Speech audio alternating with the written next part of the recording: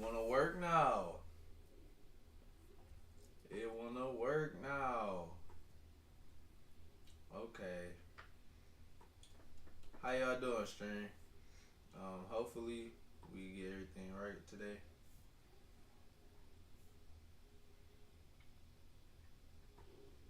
I look like Riley off of That's why I had to stop. That's why you ain't gonna have no.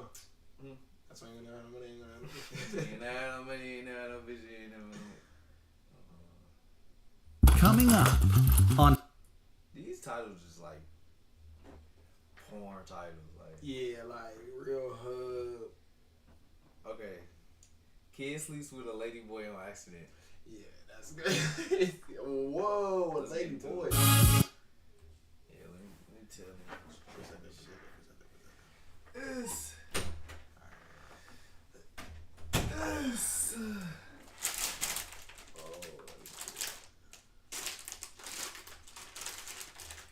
Bro, I got the puzzle piece.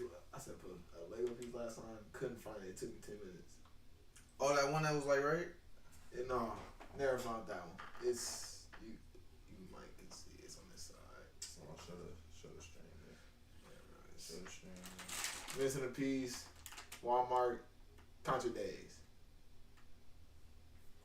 Yeah, cause y'all fucked up. Yeah. Why is it missing a piece?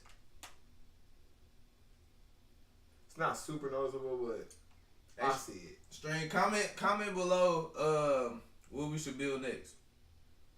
Comment below what we should build next. Don't say nothing crazy like the Titanic. Yeah, don't say no crazy shit though.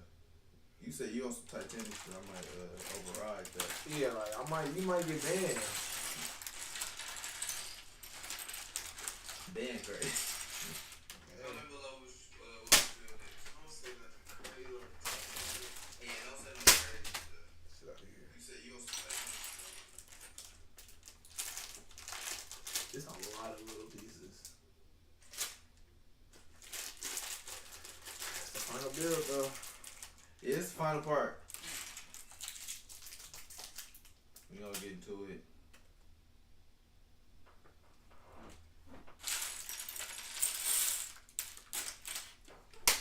Let me have my yap session of the day. So y'all, we went to the Y. Alright. I get there. It was just special guest star appearance like left and right. First thing when I got there, this nigga J. Lou, Diddy shook. Like, he did the little Diddy shake shit. Thug shake. Yeah, the thug shake. He ain't even shake nobody. He ain't even say no hi. I didn't know how to approach him after that. After he just greeted me with that thug shake. Oh, that's how he greeted you? Yeah, that's how he greeted me. Oh, okay. And I was so appalled. J. Lou, if you watching this, What's the problem? you are the problem. And then after that, we got into a game, right? And it was the first game. Oh, we won that game. We won.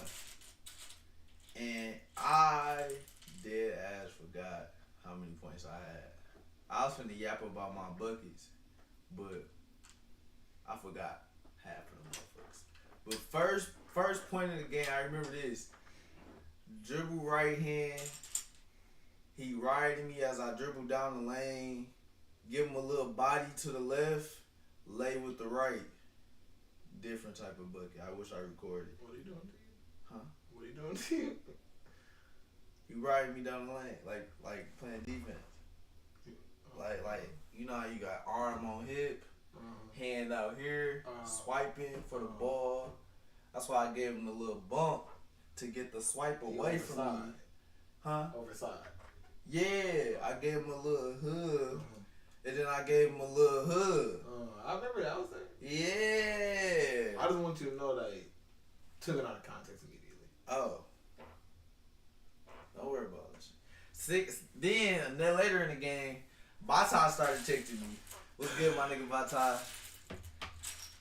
That was good defense. I was just on one that game. Somehow I lost the ball to the left, right? I'm on the left wing. I drove right, lost the ball to the left. Grabbed the ball back, y'all. You did that. after I grabbed the ball back, James Harden stepped back into a 3, fade away. So basically, I'm on that motherfucker shooting like this. Everybody talking about some, oh shit. Whoa. What's another bucket I had? I ain't really had no mid-range buckets today. I don't know what was going through my head. You missed quite a few layups. I did miss quite a few layups. I thought you was gonna get that wrap around. What? Yeah, like wrap around. You blew it. Oh, I was tired. Then I had dotted you. That was a lot of stamina. No. You should have made that front. I'm talking about that wide open frame that I dotted you. I don't remember. He was running through the lane. You had threw me the ball. Came with that ball back. And he grabbed the ball. I had to pick the ball up. Yeah. And at that time, after that, I was like, damn, my stamina bar blinking hard as hell. Yeah, you blew that leg. I'm finna throw this bitch up and pray. Nah. Yeah, yo, I was smoking a couple layups today. I was not looking like the main character. I was looking like the side character, like the main side character though. Definitely an asset. Yeah, I was looking like the main side character. It's blowing me all these missed layups. And then the second game, I don't know who's the nigga that was guarding me, but I don't know what's wrong with you. I don't know if you figured. What Davis you was fighting? If you force me right, I'm gonna go right. If you force me left, I'm gonna go left too. What's it to do with the ugly jump shot? Yeah, he be smacking him. He be smacking. I think that's who scratched us. He scratched us. Yeah, I think that's who scratched me for sure. Tez. I think Tez scratched me. Yeah. He probably got you too. It's a scratch bandit at the white. Yeah. I got so many scratches and scars. It don't even make sense. You don't find it till you get into the shower. That's the part that messes your head up. I'm trying to tell y'all, I got in the shower and that motherfucker started stinging like. I'm talking about that bitch in there sizzling. Like I was so like bewildered about that shit. Oh. I need you to. No. We finna get to the video, y'all. Supercharge your business with the all-new Shopify point of Kids sleep sale, the all-in-one POS solution. Kids sleep with a lady boy on accident. Coming up. Oh, yeah, on accident, y'all. Make sure everything good. Alright, good. On tomorrow's teachings. I said he's not feeling well. You're a sinner! Should have been kissing already. Excuse me? LGBT fatty, wannabe man queer. Mrs. Bricker better not film me.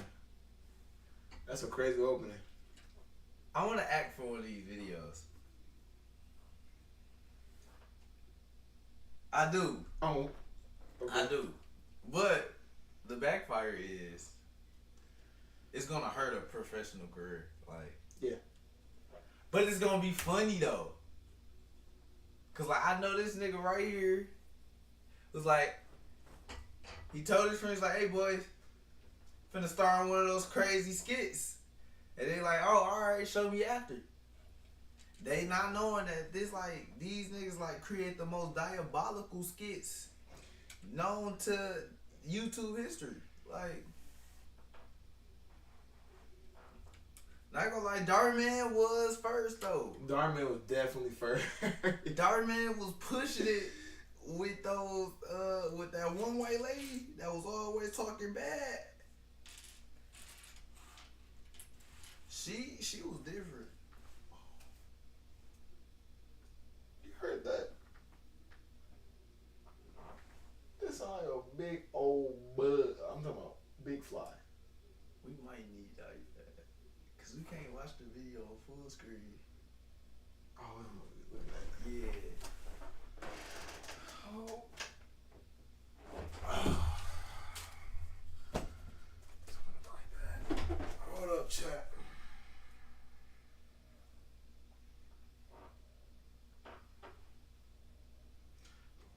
the refrigerator. Yo, that's ghosting this nigga wrong, y'all. No, that's my refrigerator. It's like. Whoa, wait, hang on. Let's get to this chat real quick, Dre. What? Chris said, "Tay, I can die right now." Dre said he gonna make a vid on top 10 cars he wants.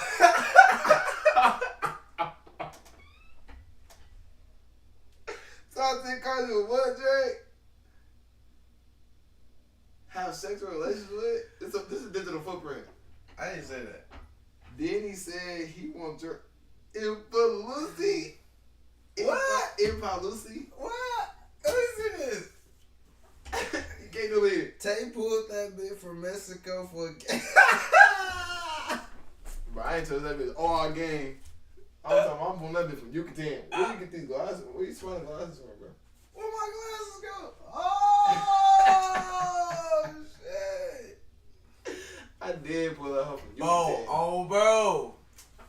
When he shot the ball, I slowed the game down. I was like, ba-doom, ba-doom, ba-doom, ba-doom. And that motherfucker hit the top of the backboard. I was like, okay. No, it hit the backboard and then hit the rim. Oh, well, that motherfucker hit backboard. And I was like, okay, let's get the ball back. And then all I see is Bata run his sweaty ass down the middle. I don't like playing. Catch the ball like a tight end and lay that motherfucker. I don't really like playing with Bata. Bata sweaty as hell. Bata, you my guy, but goddamn. You are disgusting. Goddamn. Flat out, you are disgusting with that sweat, man. But no, though, I ain't say none of that crazy shit in the chat, though. Yo, I ain't say that. So you denying it? I'm denying that. He said he can die right now. I can die right now, too, nigga. Let's play the video. You know, my dad's going to kill me. Yeah, same. Hold on. Who is that? She's the prettiest girl I've ever seen. She's bad, man. Go. She's the prettiest girl I've ever seen. Ever? She's the prettiest girl I've ever seen. Ever?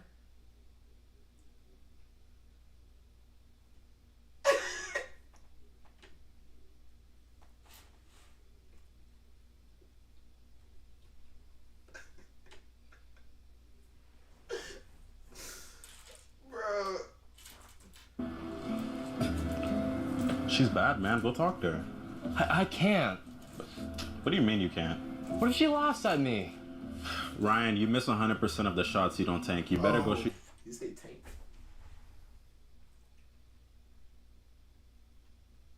If I call him Leland Manigo from RDT, is that racist? Yeah. Don't remember that. Shoot your shot or I will. Different. All right, I'll talk to her.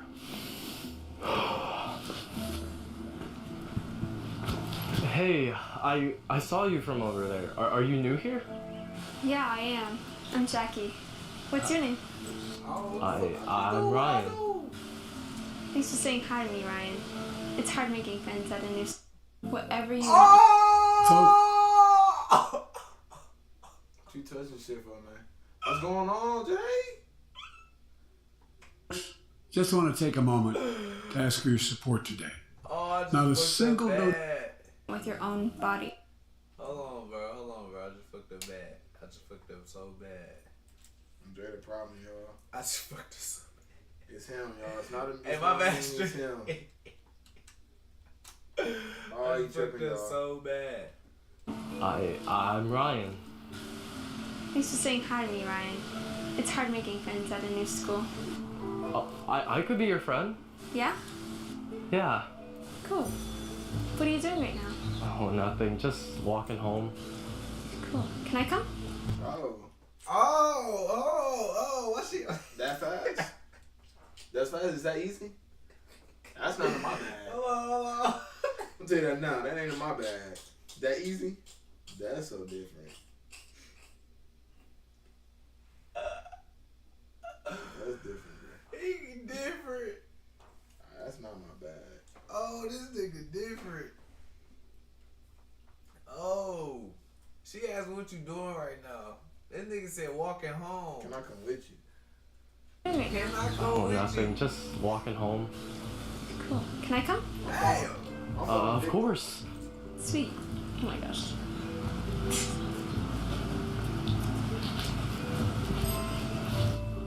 Yeah, I'm me and you. that's what I'm saying. This is my room. Wow, I love it. Thanks. Your bed is so comfortable. Thanks. So, What? you gonna do anything? Oh, straight to it. I think she a yeah. One of them. I think she one of them. Yeah, I think Okay. she one of them. Yeah, One of I'm them. starting to get that vibe too. She like standing near a wall, bags on the floor, ready for anything. She one of them, y'all. Yeah. They said she was for the streets and she listened. So she went there. What do you mean? I'm in your room. I came over. Came over for a reason. Oh, do you want to do things? Shut up and kiss me already.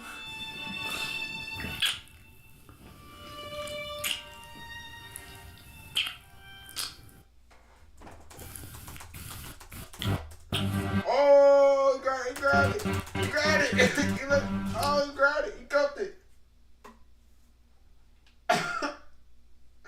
He just cuffed it. Oh, you did it. Hey, hello. He just cuffed it. Why you grab it like that?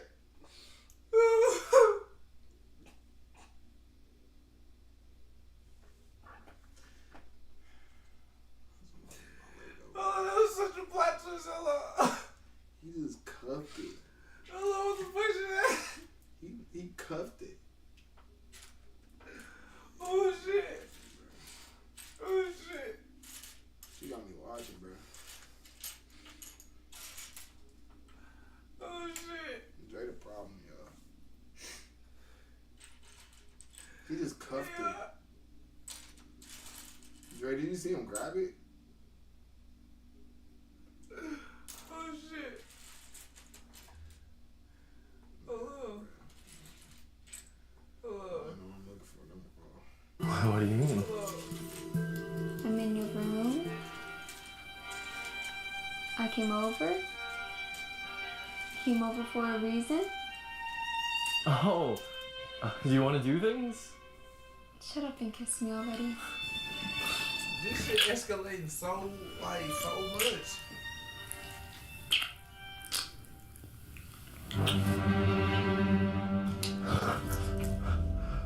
What was that?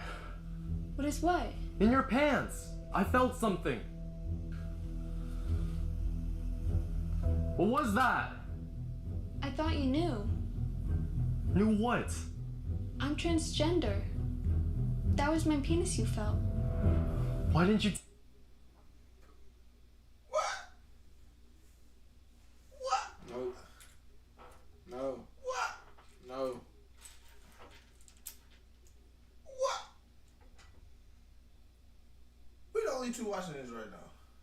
I'm gonna let you know that. And He just grabbed steak Brock. and then she talking about I thought you knew. when did he tell? You didn't know? When did? How come you didn't know? Tell me. This 2 minutes in the video. I thought you can tell. I'm sorry. It's okay. I didn't mean to freak out. It scared me. It's not the first time. What? Look, I'm not gay. Or at least I didn't think I was. What? But I'm not gay. I'm attracted to you, What? even though you're a man. I find you attractive. I like you too. Can I see it? What?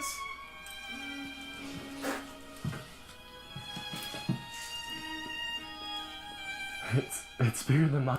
What?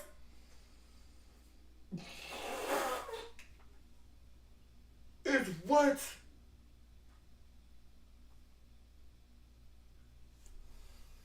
Keep it together. Keep it together.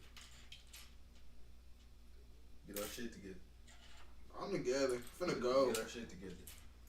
We 3 minutes in the video. It only can get worse.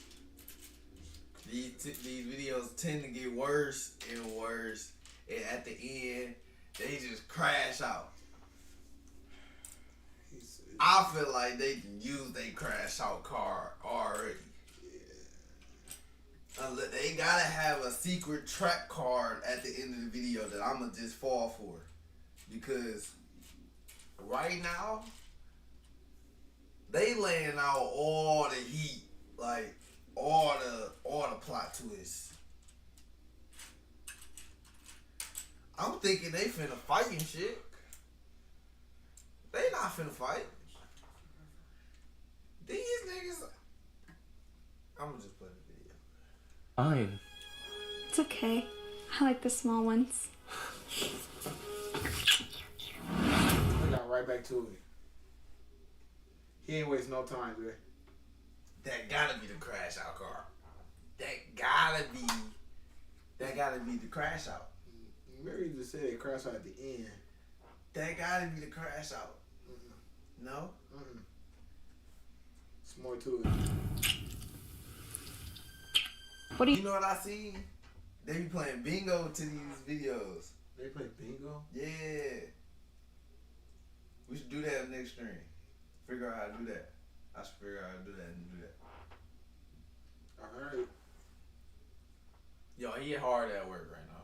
This motherfucker finna be cold as hell. No, I'm bewildered at what I'm seeing though. We three minutes in the video, yo. What are you doing? What do you mean? Looks like you're hiding from someone. I'm not. Why do you always do this? Do what? For some reason, every time we're out in public, you act all weird. You don't want to be seen? You cover your face and you put your head down? Is there another girlfriend you're hiding from? No, I don't. Then explain. I just have really bad social anxiety. Oh my gosh. Why didn't you tell me? I'm just bad at expressing my feelings. Ryan, what's going on here? But Priest Kyle. What are you doing? We're on a date. Can't you tell? I'll see you in the confessional booth. That's a threat. Yeah. But she look like bad behavior. Oh. Can you? Don't she look like bad behavior? A little bit.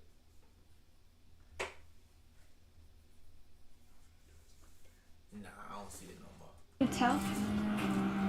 I'll see you in the confessional booth That's on a threat Sunday. though. He trying to fight. You don't love me? I do love you, Jackie. Then why don't you show me off? Are you scared? It's not that. It's hard, okay? My family's super religious, and they don't approve of me dating you. I also just don't want to be made fun of for dating a. Dating what, Ryan? Dating a transgender? So what if I have a penis? You love me and I love you. That's all that should matter. I love you, Jackie. From the moment I laid eyes on you, I knew I loved you. I don't care what people think. I love you and I want to be with you for the rest of our life. Jackie, will you be mine? What? You propose to her?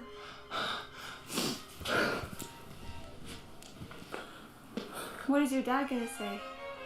We'll tell him today.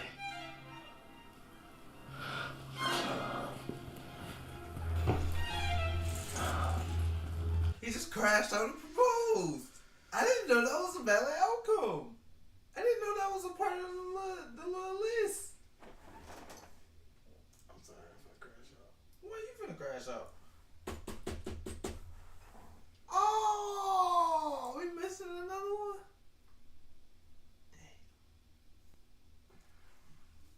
Damn. Yo, we gonna have to sue Lego. No. don't know who I'm finna sue. I'm finna fight somebody. We gotta sue Lego, y'all. Because these niggas not giving us the pieces we need. We missing like 5 pieces. I'm gonna do my gauntlet. I got the next best thing. It's missing 2 brackets, but We missing like 5 Legos.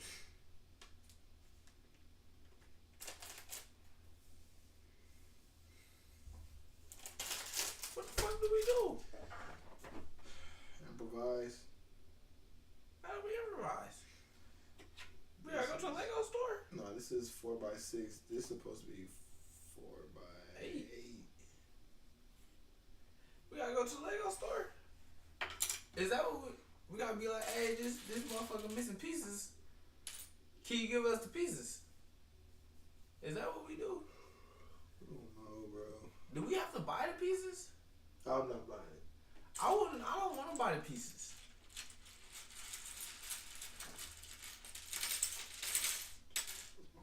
Do the box do we need a warranty when we buy it? He have to take the little thing off of it. I feel like we should get a warranty.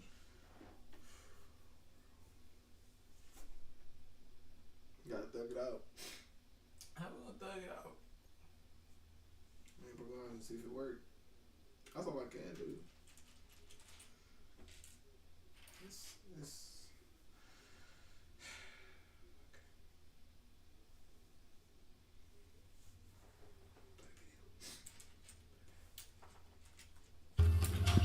Dad, thanks for meeting with us.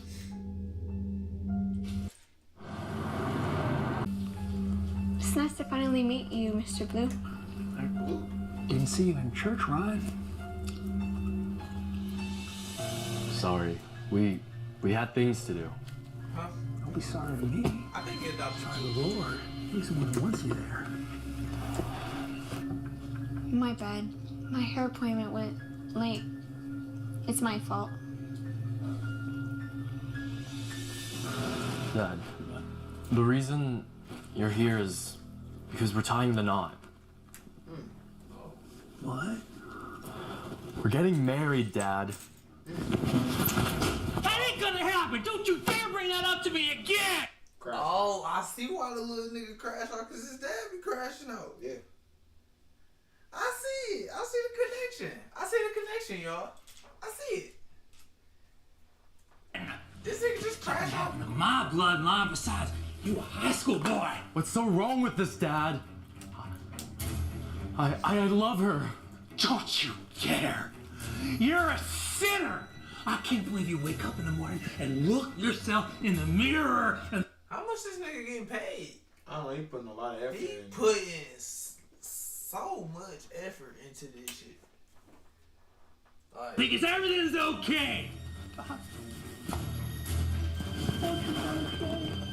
She's gone, Dad. And she would approve of this. I love him too. We're happy together.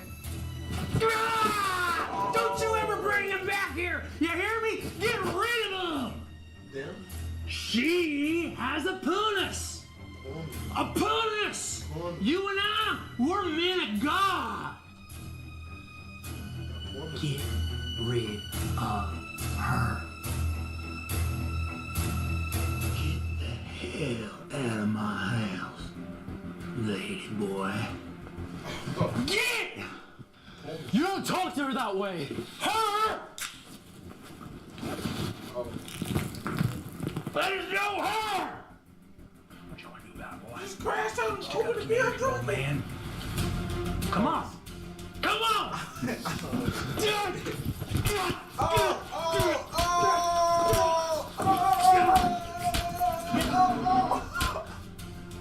Punish.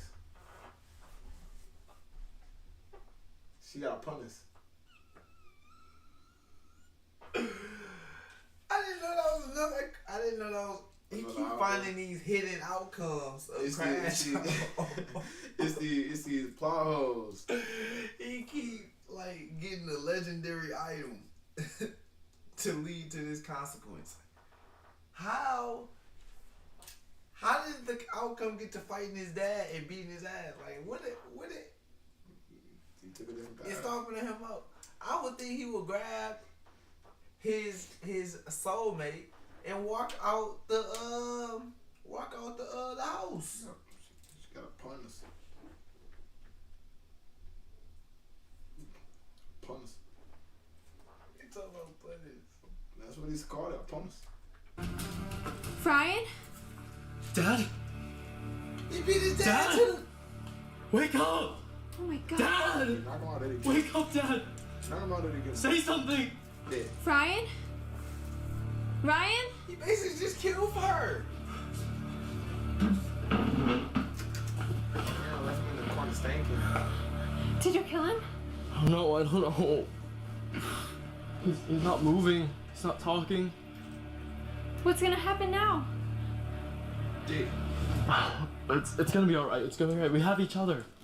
Okay? You go hide. This will never work. He's a crash out, and she's an enabler. Yeah. They're just going to loop each other into an endless cycle of destruction. This isn't good. I'll take care of it. Father, what are you doing here? Your dad told me to come by and bless this place. Where is he? He's inside. He's not feeling well. Excuse me? Oh. I didn't know your pastor could just walk himself up like that. Mr. Blue, it's good to see you. I said he's not feeling well. I'm sorry to hear that. I'll go ahead and get started.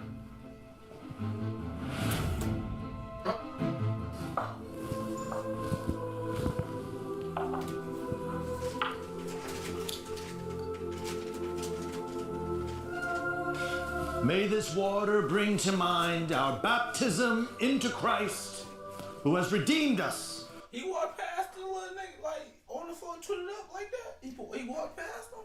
No, he was in the chair playing chess. He was in the chair playing chess. With his death and resurrection. Oh. Come out from behind the corner. What's going on with her? Come over here. What's going on with her? What are you doing here? Ryan's my boyfriend. You disgust me. Excuse me? God would never approve of you. Even if you stood at the gates of heaven begging, he would still send you to hell. You transgender, he, she, LGBT, fatty, wannabe man, queer. She got powers. Yeah, she got superpowers.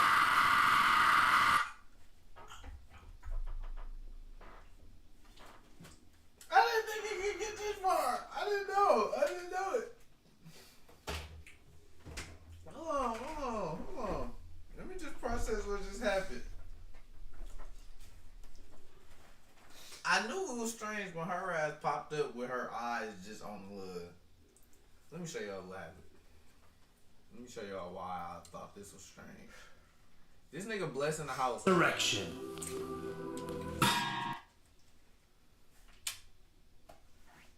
Yeah, that looked very suspicious. If I got a kid, that's gonna lead to I wish I did this as a kid because I was scared to shit out of people. Like, What's wrong with you? bro, this would be funny. Like, but why is she just sitting there with her head like slightly above the table looking at this nigga bless the house? Then Come out from behind the corner. Come over here. What are you doing here? Ryan's my boyfriend. You disgust me. Excuse me? God would never approve of you. Even if you stood at the gates of heaven begging, he would You still talking send crazy. you to hell. That's pretty You crazy. transgender, he, she, LGBT, fatty, wannabe man, queer. and then she just divorced this nigga. I know that last. Oh, she obliterated the nigga. That last one was so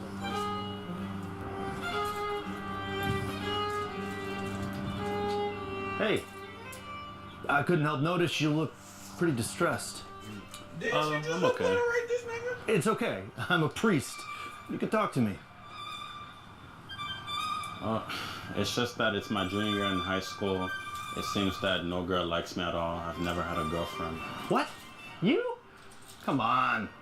You look like a stud if I've ever seen one. Thanks. There's no way none of the snow bunnies want a piece of you. What? Mind if I try a piece of you? Whoa. Whoa. Back to back? Whoa. Back to back? Yeah, that was back to back. That was one right after another. I didn't know he was a crash out too. I didn't know that. We have 4 crash out characters in this video so far.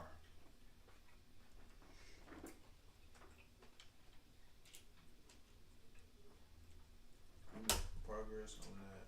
On the improvisation. Yeah, I'm done with it. I'm gonna make it work.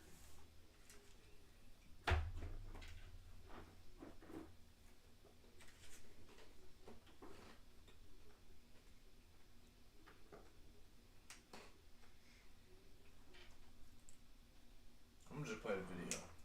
Excuse me? Jackie's mind. Oh, what the fuck?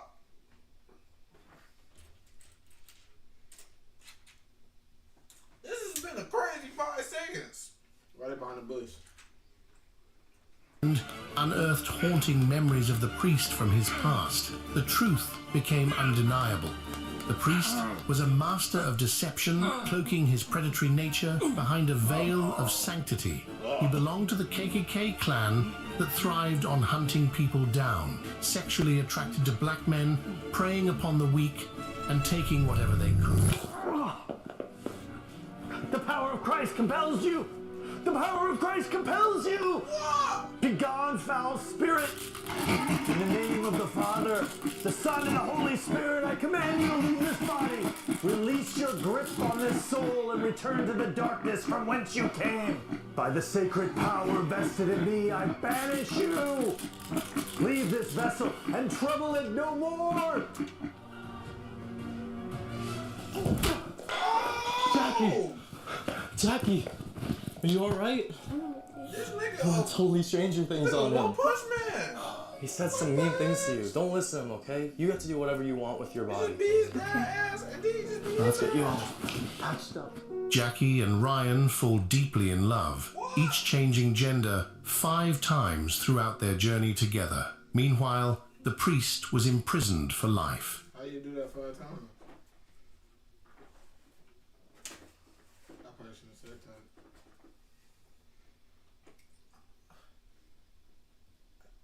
Nope. Nope. Nope. No.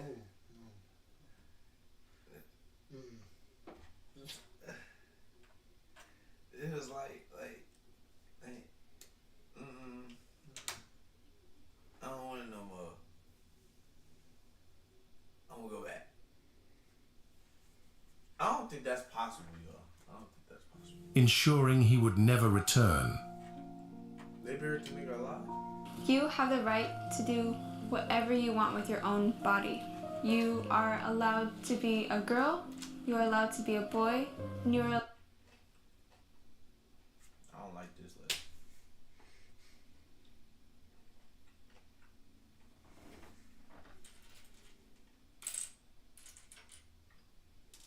Yo, I was a crazy crash out video, y'all.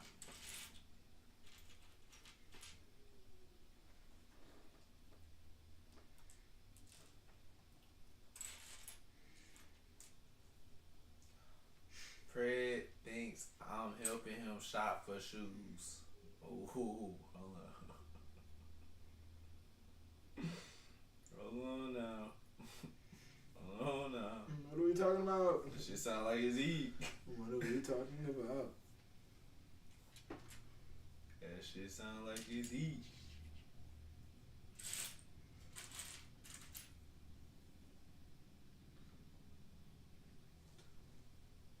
Well, that shit sound like it is eat. Damn. Yeah, we gonna watch that motherfucker. We gonna watch that. America's Dumbest Heist. I gotta watch it. Replay Poker. As many of you have seen, because I've streamed it before, Thank you to SimpliSafe for sponsoring this video. There's no safe like SimpliSafe. Inside the bank vault, security guard David Gant had to make the biggest decision of his life.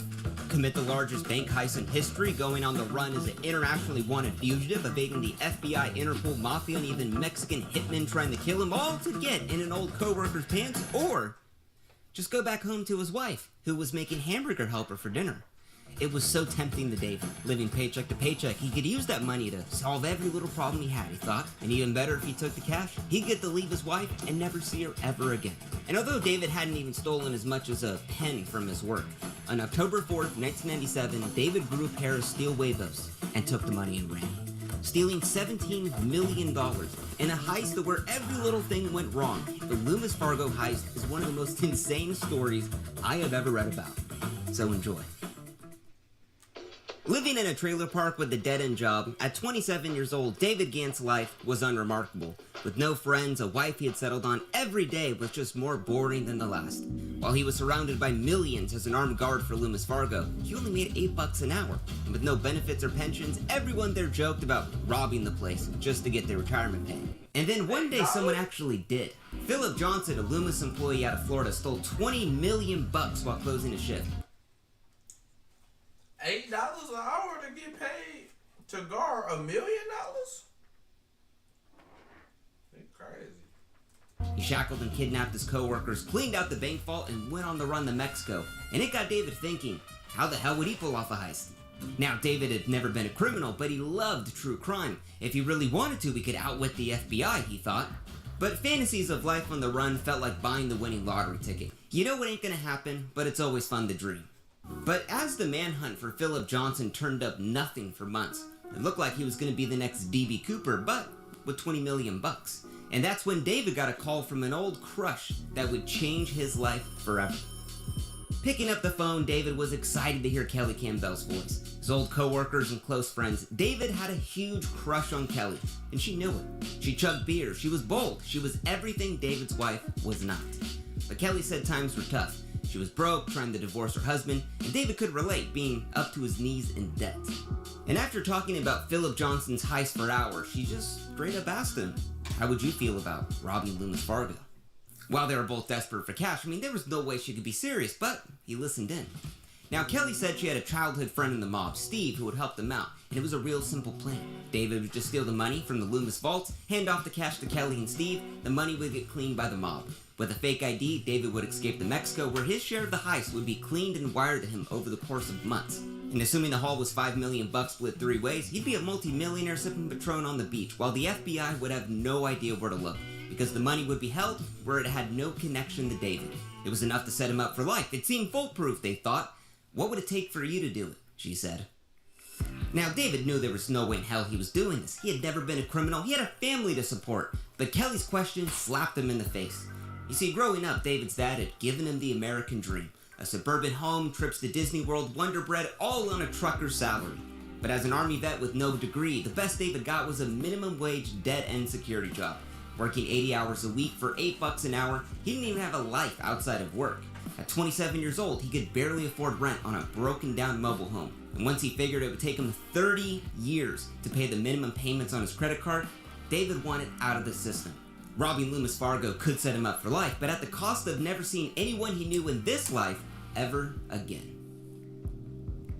After vanishing for 5 months, Philip Johnson slipped up from one little mistake. On a bus ride from Mexico back to the States, Philip Johnson, using a fake ID, somehow alerted a seasoned customs agent who said she could smell the fear on Philip's sweat. When she found the stolen cash and his fake ID in his bag, Philip Johnson's dreams of being the next D.B. Cooper were totally done. Now, with the news of his capture, David met with Kelly to just call off the heist. It wasn't worth it. Philip was looking at life in prison, and even if their plan worked out with the Mafia's help, David would never see anyone he knew ever again. He would be a millionaire, alone in Mexico. Kelly kisses him on the lips and says, I'll go to Mexico with you. I'll leave my husband, you leave your wife, and we can live our lives together. For 2 years, he had dreamed of kissing her, and it sealed the deal. This heist wasn't about money now. He would get the girl, too. Let's rob this joint. Squealing with joy, Kelly said the logistics would be worked out with Steve and the Mafia, and David was going to drop his entire life, never seeing anyone he knew ever again, to live in a third world country as a wanted fugitive, all to get in an old co-worker's pants, all based off of one kiss, and trusted that Steve, a man David had never met and was in the mob, would send him his fair share down to Mexico. That's how desperate David was. It all begins on Saturday, October 4th, 1997. Telling his wife he'd be home late, David heads off to work, knowing it would be the last time he would see her ever again. On the drive over, the song Take the Money Run plays on the radio, and for David, it was a sign from God. Now, October 4th was not a random date. That night, David was closing with the trainee who didn't know any of the security protocols, double-checking locks, vaults, alarms, which was huge. Because when Philip Johnson robbed Loomis, well, he had to shackle and kidnap his co-workers because, they knew what the hell he was doing. And that kidnapping made Philip Johnson look at life in prison. So as David's closing, he forces the new hire to go watch training videos in the break room, while David's helping set up one of the biggest cash robberies in the United States. At 6 p.m., the two clock out, and smoking a cig, he watches the new hire head off home. And across the street, he winks at Kelly and three men parked in their car and heads back in to do the heist. Inside the vault, David knew the second he put that first stack of cash into his van, there was no going back. Whether he stole $1,000 or $1 million, he was gonna give either way. So why not go hard?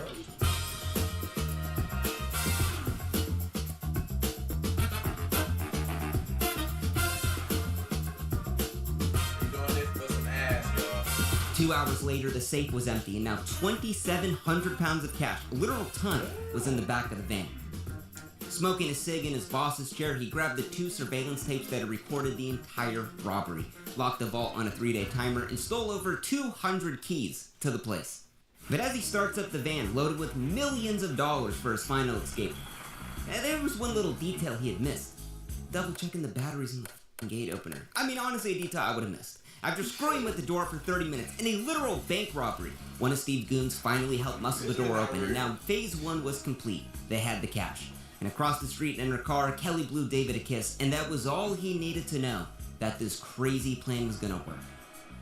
At a private parking lot 2 miles west, David pulled up to see Steve's goons in a van loaded with blue plastic barrels, handing the keys off to the goons, aka the made men. The money was now in the Mafia's hands, and they told him the payments would come as they promised. Taking $25,000 for himself, Kelly drove David down to the airport for his final escape. Well, now the goons had the task of moving a literal ton of cash from the Loomis van into these blue plastic barrels. Now this had to be done fast. It's in a parking lot. They're in a bank robbery. But there's one little problem. See, David was already gone, and he'd given them a ring of 200 keys and just didn't tell them which one opened up the van. So for 20 minutes, they're trying each key. They're freaking out. They start trying to break the bulletproof glass, and then finally, the last key works 20 minutes later. Making up for lost time, the goons are moving the money to the barrels as fast as they can, and at the top of the barrel, they pour a little bit of dog food and put the cap on. Now, those barrels were crucial. Let's say they got pulled over in the van with the cash. Oh, officer, it's just barrels of dog food. It was genius, almost too genius.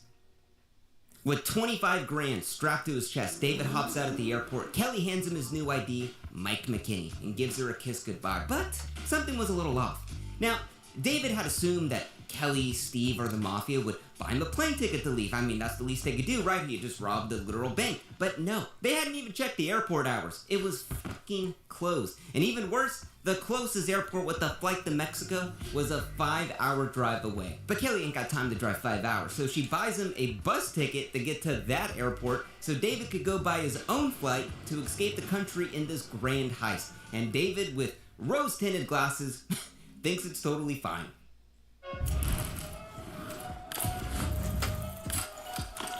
Crazy crash.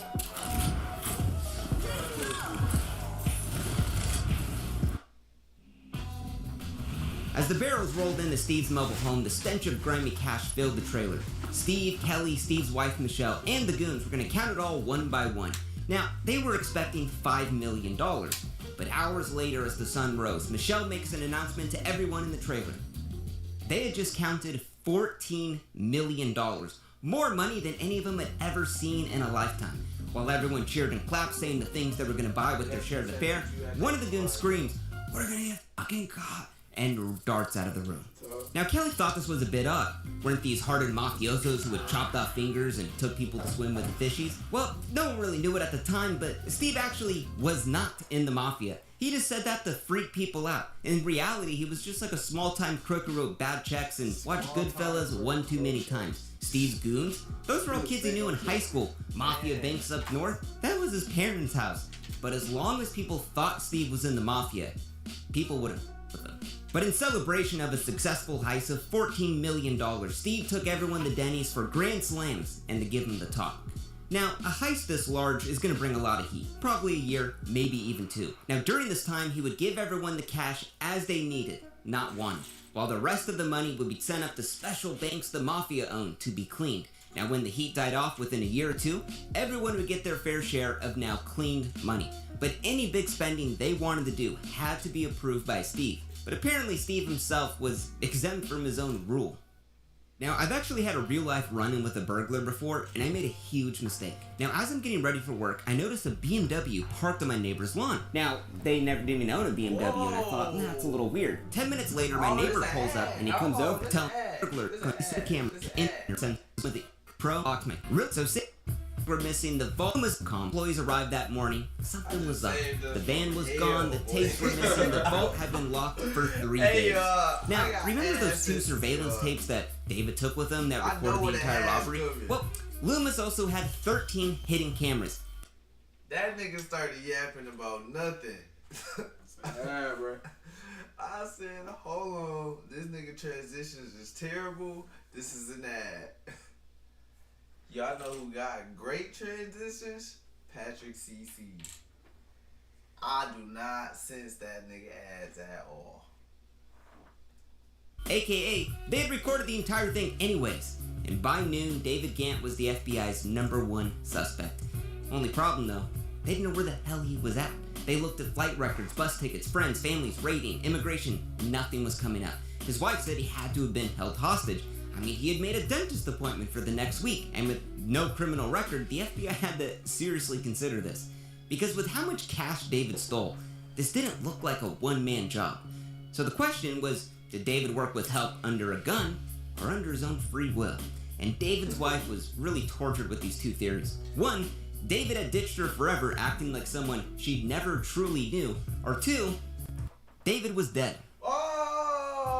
Now Steve and his wife were idiots. While they told everyone to hold off on spending any big bucks, they had been looking at mansions to purchase with their heist money for the past month. Mind you, they lived in a trailer park. So the day after the heist, no joke, Steve signs an offer to buy a $635,000 mansion in straight cash. Told the buyers it was all cash from his gambling winnings. But then later that day, Steve's wife Michelle walks into the bank with the briefcase and asks the worst question you could ask as a criminal to a bank teller. How much money can I deposit without it being reported to the IRS? The teller says $10,000. So Michelle, thinking she's all clever, pops open the briefcase with 200 grand, takes one small stack, removes a couple bills, and hands it to the teller and says, "It ain't drug money, here's $9,500. And technically, she wasn't lying. Yeah, that deposit was reported to the feds anyway. Landing in Cancun, Mexico, David felt this was his new chance at life.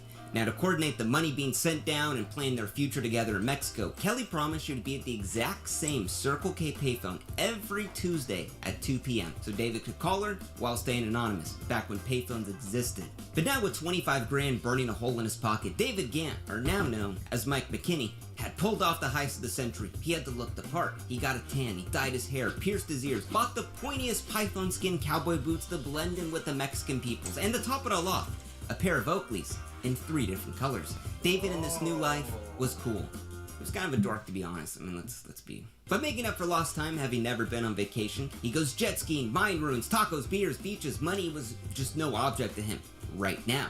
He couldn't wait for Kelly to come down. He daydreamed about their kids bragging on the playground about their badass dad who pulled off the heist of the century. But every Tuesday when David asked her when she was coming down, she always said it just wasn't the right time. But for David, it was the perfect time. According to news reports, even a month later, the FBI still had no idea where he was at. But then David also knew the FBI also played their cards very close to their chest.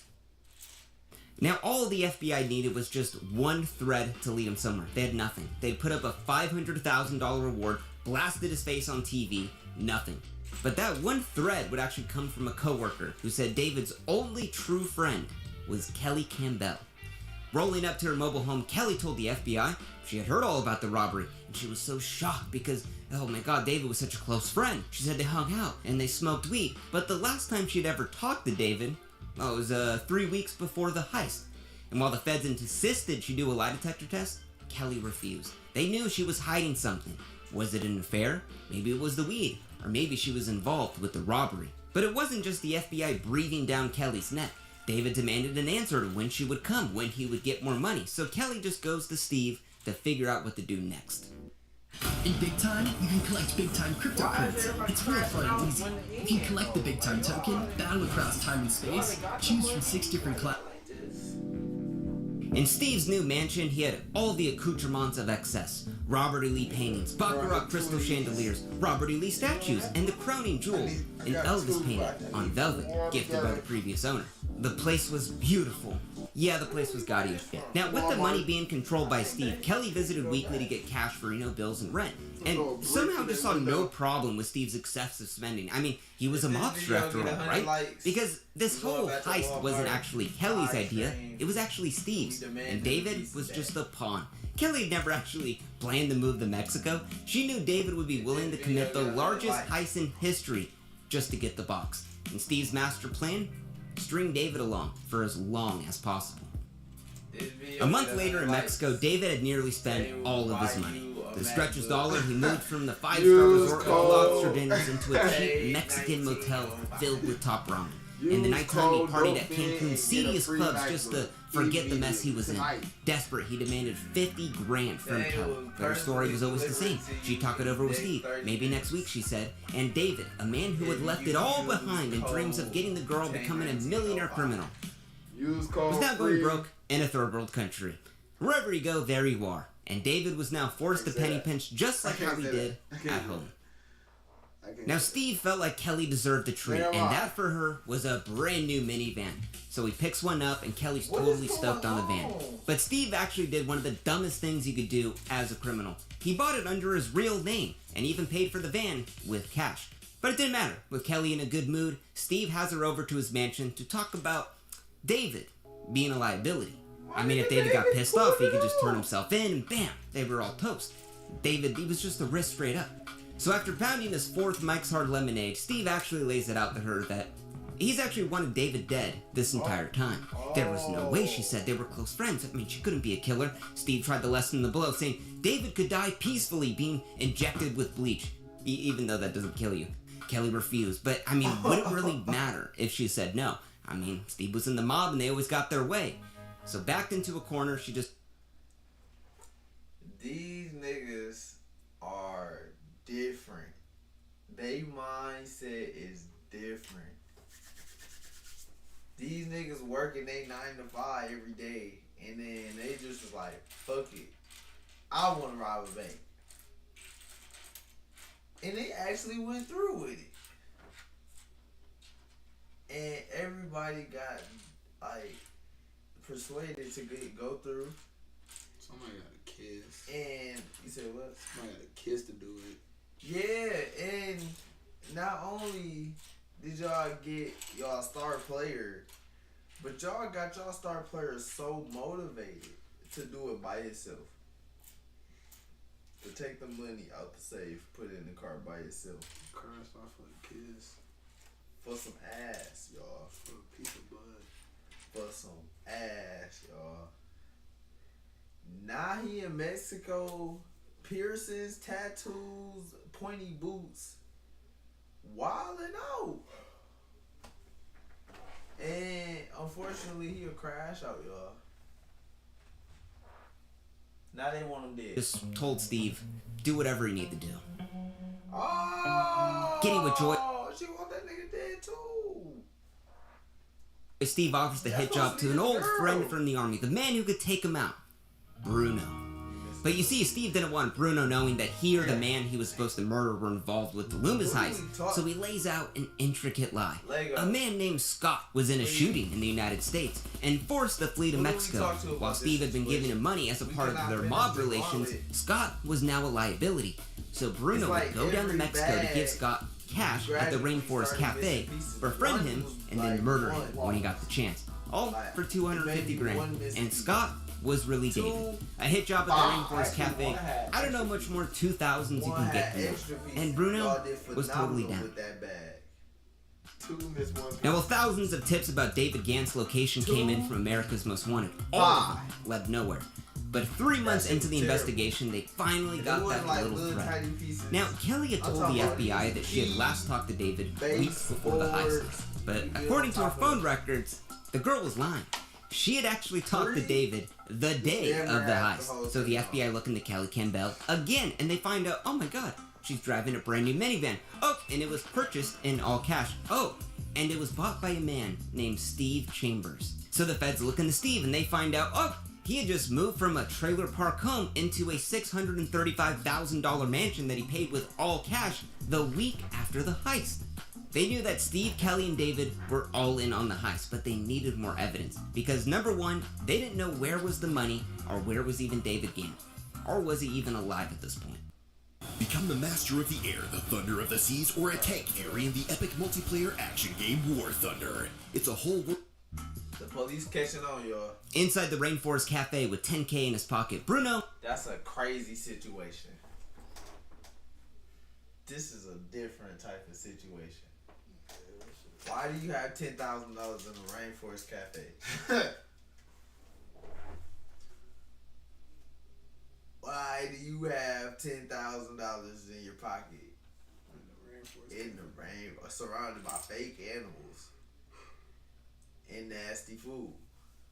10 bands. With 10 bands in your pocket. That's some crash out shit. He had a little problem. You see, he didn't even know what Scott looked like. Steve never gave him a picture. So Bruno really thought about the situation. He was supposed to give Scott 10 grand and then murder him. So he thought, why not just... Oh, that's just... Oh, here go 10,000. Kill him. Here you go. $10,000. But the catch is, you gotta take 2 steps that way, but don't face me. All right. Appreciate it, gang. But oh, that's crazy. Yo.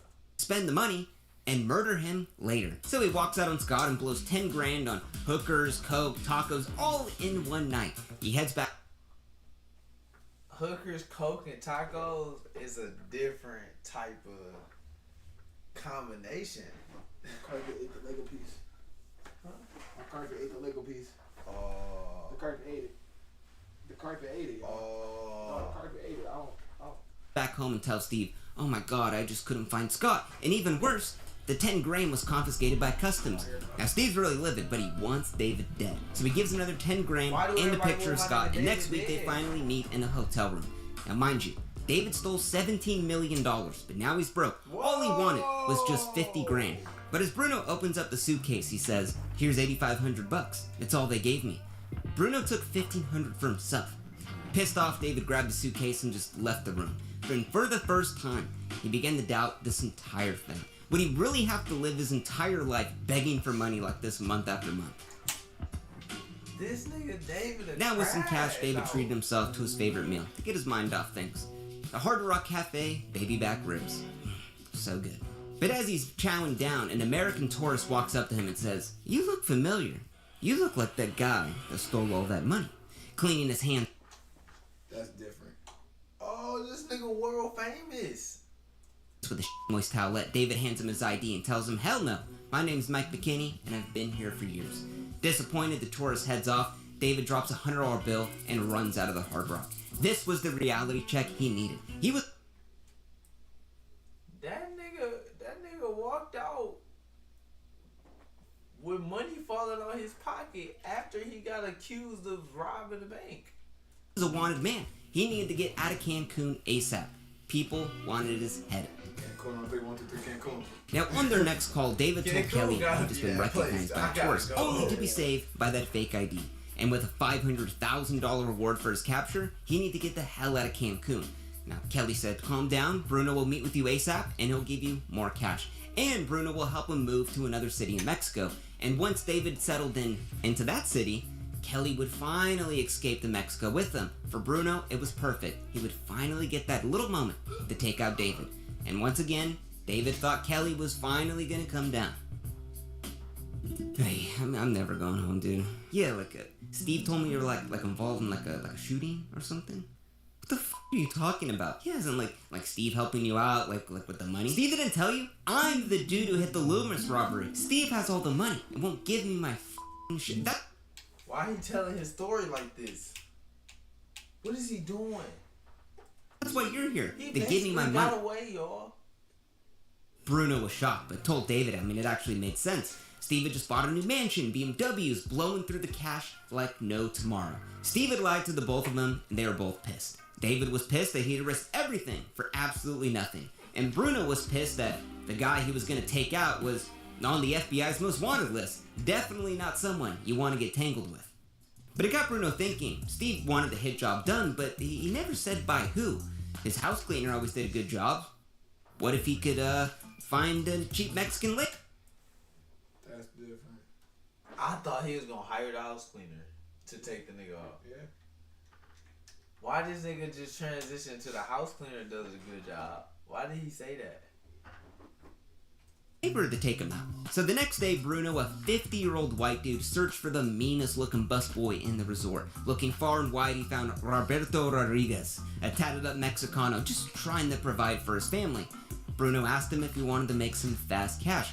Roberto, thinking this was some weird sex stuff like he had in the past. Why did everybody like crash out? Like, why everybody videos got like a crash out meter? And every time like it gets towards the end, it just get worse and worse and worse. This is nearly not as bad as the one video we was watching earlier. No, that one was crazy. But this is some crazy shit. Said no. But after flashing the cash, Roberto knew he was serious.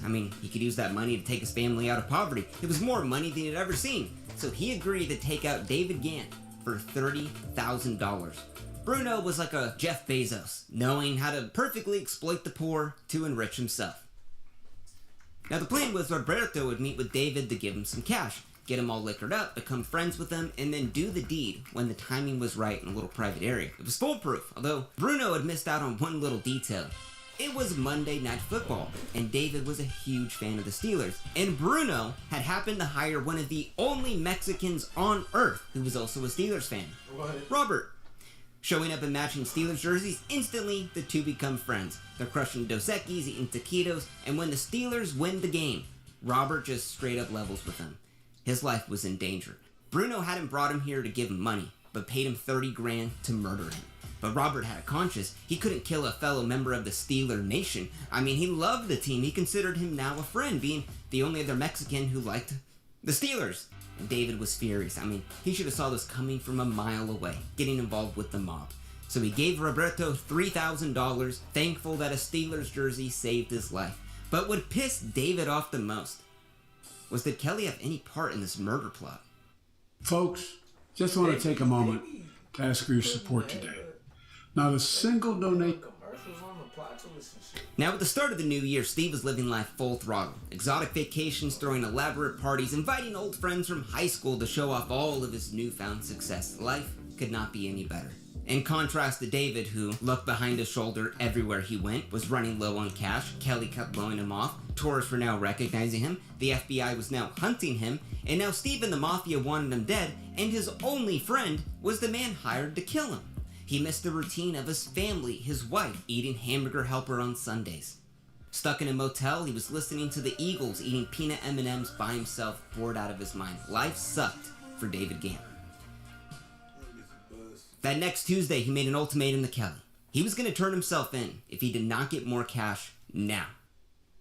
Now, by the new year, the FBI still had no evidence of Steve Chambers' involvement with this heist. They knew they were all connected, but they didn't have the pieces of string that tied all together. Because in 1998, when constitutional rights still existed, a judge said they did not have enough evidence to get a wiretapping warrant against Steve Chambers.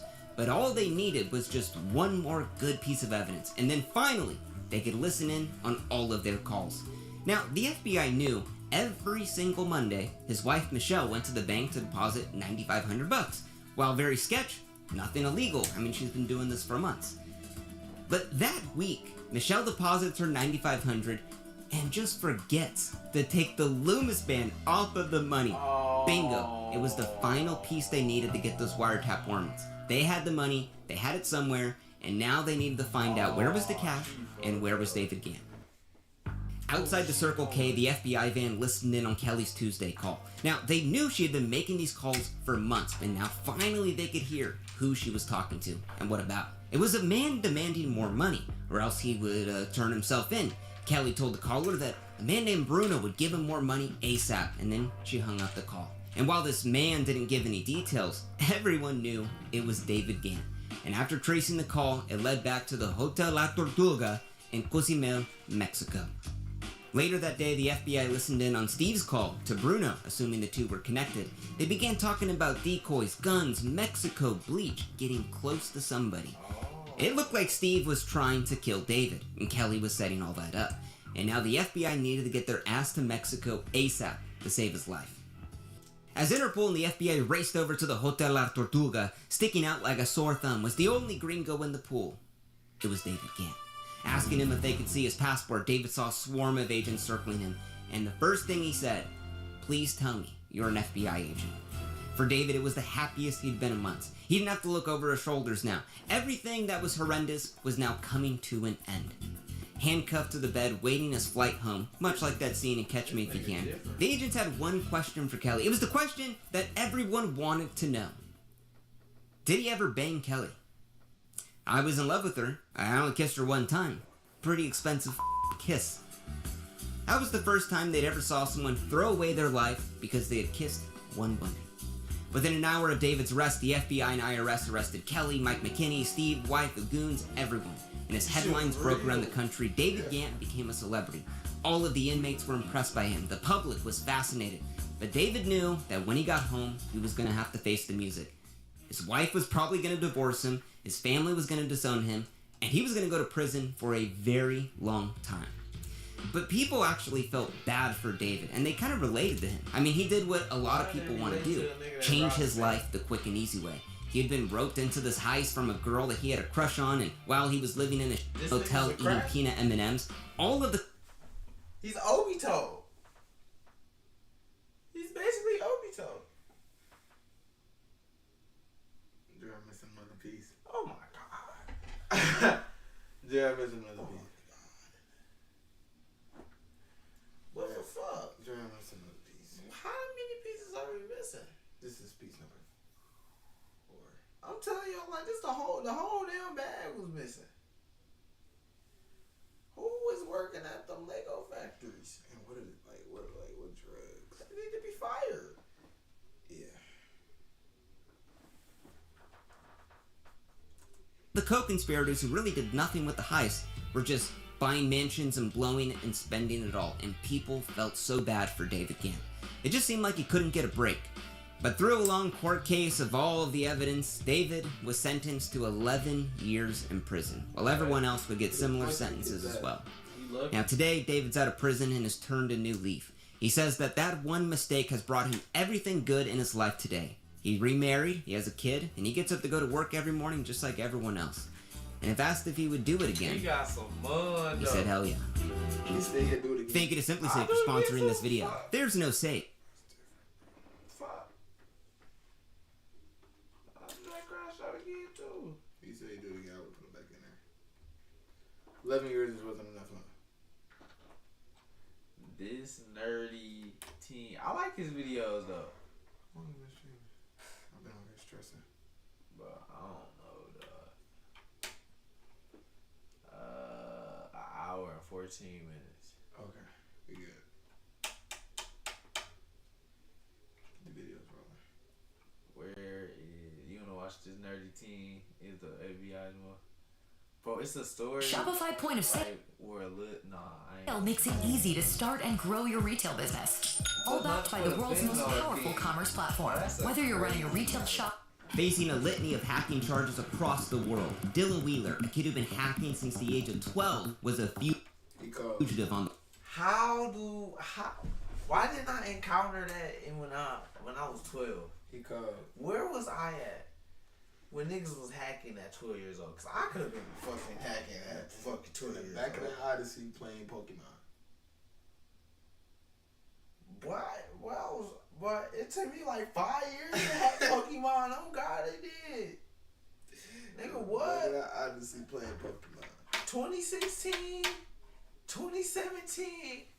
I had the little thing on the phone, like the little Pokemon app. Nigga, I was different.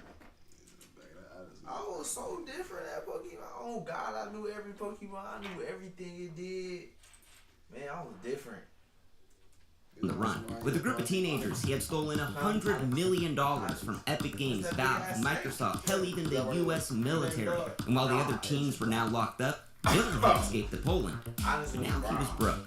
But from a group of guys he had just met, he had heard the security cameras at the local Polish bank were pretty lax, enough to plan a robbery. At 3 a.m., they lined up at the bank with no one in sight. And as they got inside and Dylan shut down the security system, they loaded up their bags with loot and walked out like it never happened. I would love to. It's nobody like this in my area, y'all. Not anymore. Not anymore. What the fuck is it? Get the video going. What the fuck is it? Get the video going. What the fuck is it? Get the video going. What the fuck is Get the video going. But as they got home to count their stash and dream of what they could buy, they had failed to realize there was a hidden camera in the wall that had seen it all. And Dylan Wheeler, the infamous kid hacker on the run, was finally caught. What started out as a gang of teenagers hacking their Xboxes to play pirated games for free would spiral down the path of corporate espionage, breaking into the U.S. military, an $18 million FIFA fraud that went unnoticed for years. And it all starts here with the Xbox. Now, people freaked out when the Xbox 360 was released, not because of better games or graphics, but this thing had way better security. Why? Well, because hackers broke the security on the original Xbox, which sprouted a huge community of hackers who modded and exploited and pirated all things Xbox, and Microsoft was pretty pissed. So with the Xbox 360 release, they spent millions of dollars to ensure no one was gonna pirate or mod any game, and they actually hailed it as unhackable. And for over 4 years, these little niggas, the originals. Yeah. I see why they went all the the way. Xbox hacking world just could not break the system, meaning no one could make mods for it, until someone found the missing link. At an e-waste recycler, Rowdy was searching for Xbox DVD drives. You know, as a hobby, he'd like to repair them, kind of like a freak. But after an hour of scrounging through the piles of plastic scraps on the floor, his eyes lit up. He had found an Xbox so rare, it actually had no business even being there. The Xbox 360 development kit. Now, this is a huge deal because a dev kit is a special console used to make video games. Microsoft leases them out to developers, so if you're an Xbox hacker, that's what you want. But let me just say, these dev kits are super rare. I mean, you have to provide industry references, resumes, hell, even sign an NDA. And to top it all off, reselling a dev kit is not allowed. But if these are so rare, how did these get here, Vince? Well, the Red Ring of Death. The Red Ring of Death, one of the biggest recalls in Xbox history. And while these were all... Yo, although this never happened to me. Happened to me twice. Boy, I heard this shit heartbreaking. Twice. Oh my god. I thought I was gonna kill my nephew. He gave Hella Reach Ring of Death. I had just beat it 2 weeks before that. Oh hell no. I thought I was gonna kill him. My version of this is that scuff ring that go around the disc when that rare ass time you fuck up taking it out. Boy, that ring I was scrubbing the hell at that motherfucker with the sponge. I used the toothpaste method. I used the alcohol method. You feel me?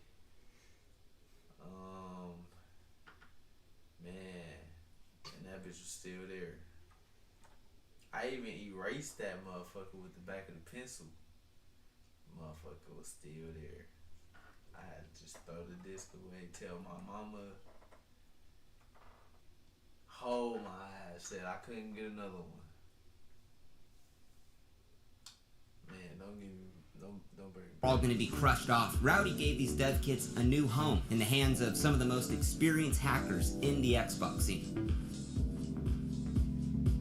As a child prodigy, David Pecora had been programming since he was in diapers. When his parents got him an original Xbox for Christmas, instead of just playing with it like a normal kid, David made mods for it. But now years later, with this unhackable Xbox 360, all he wanted was a dev kit. Because a regular Xbox you just buy at Walmart only runs signed code, which is approved from Microsoft. But a dev kit?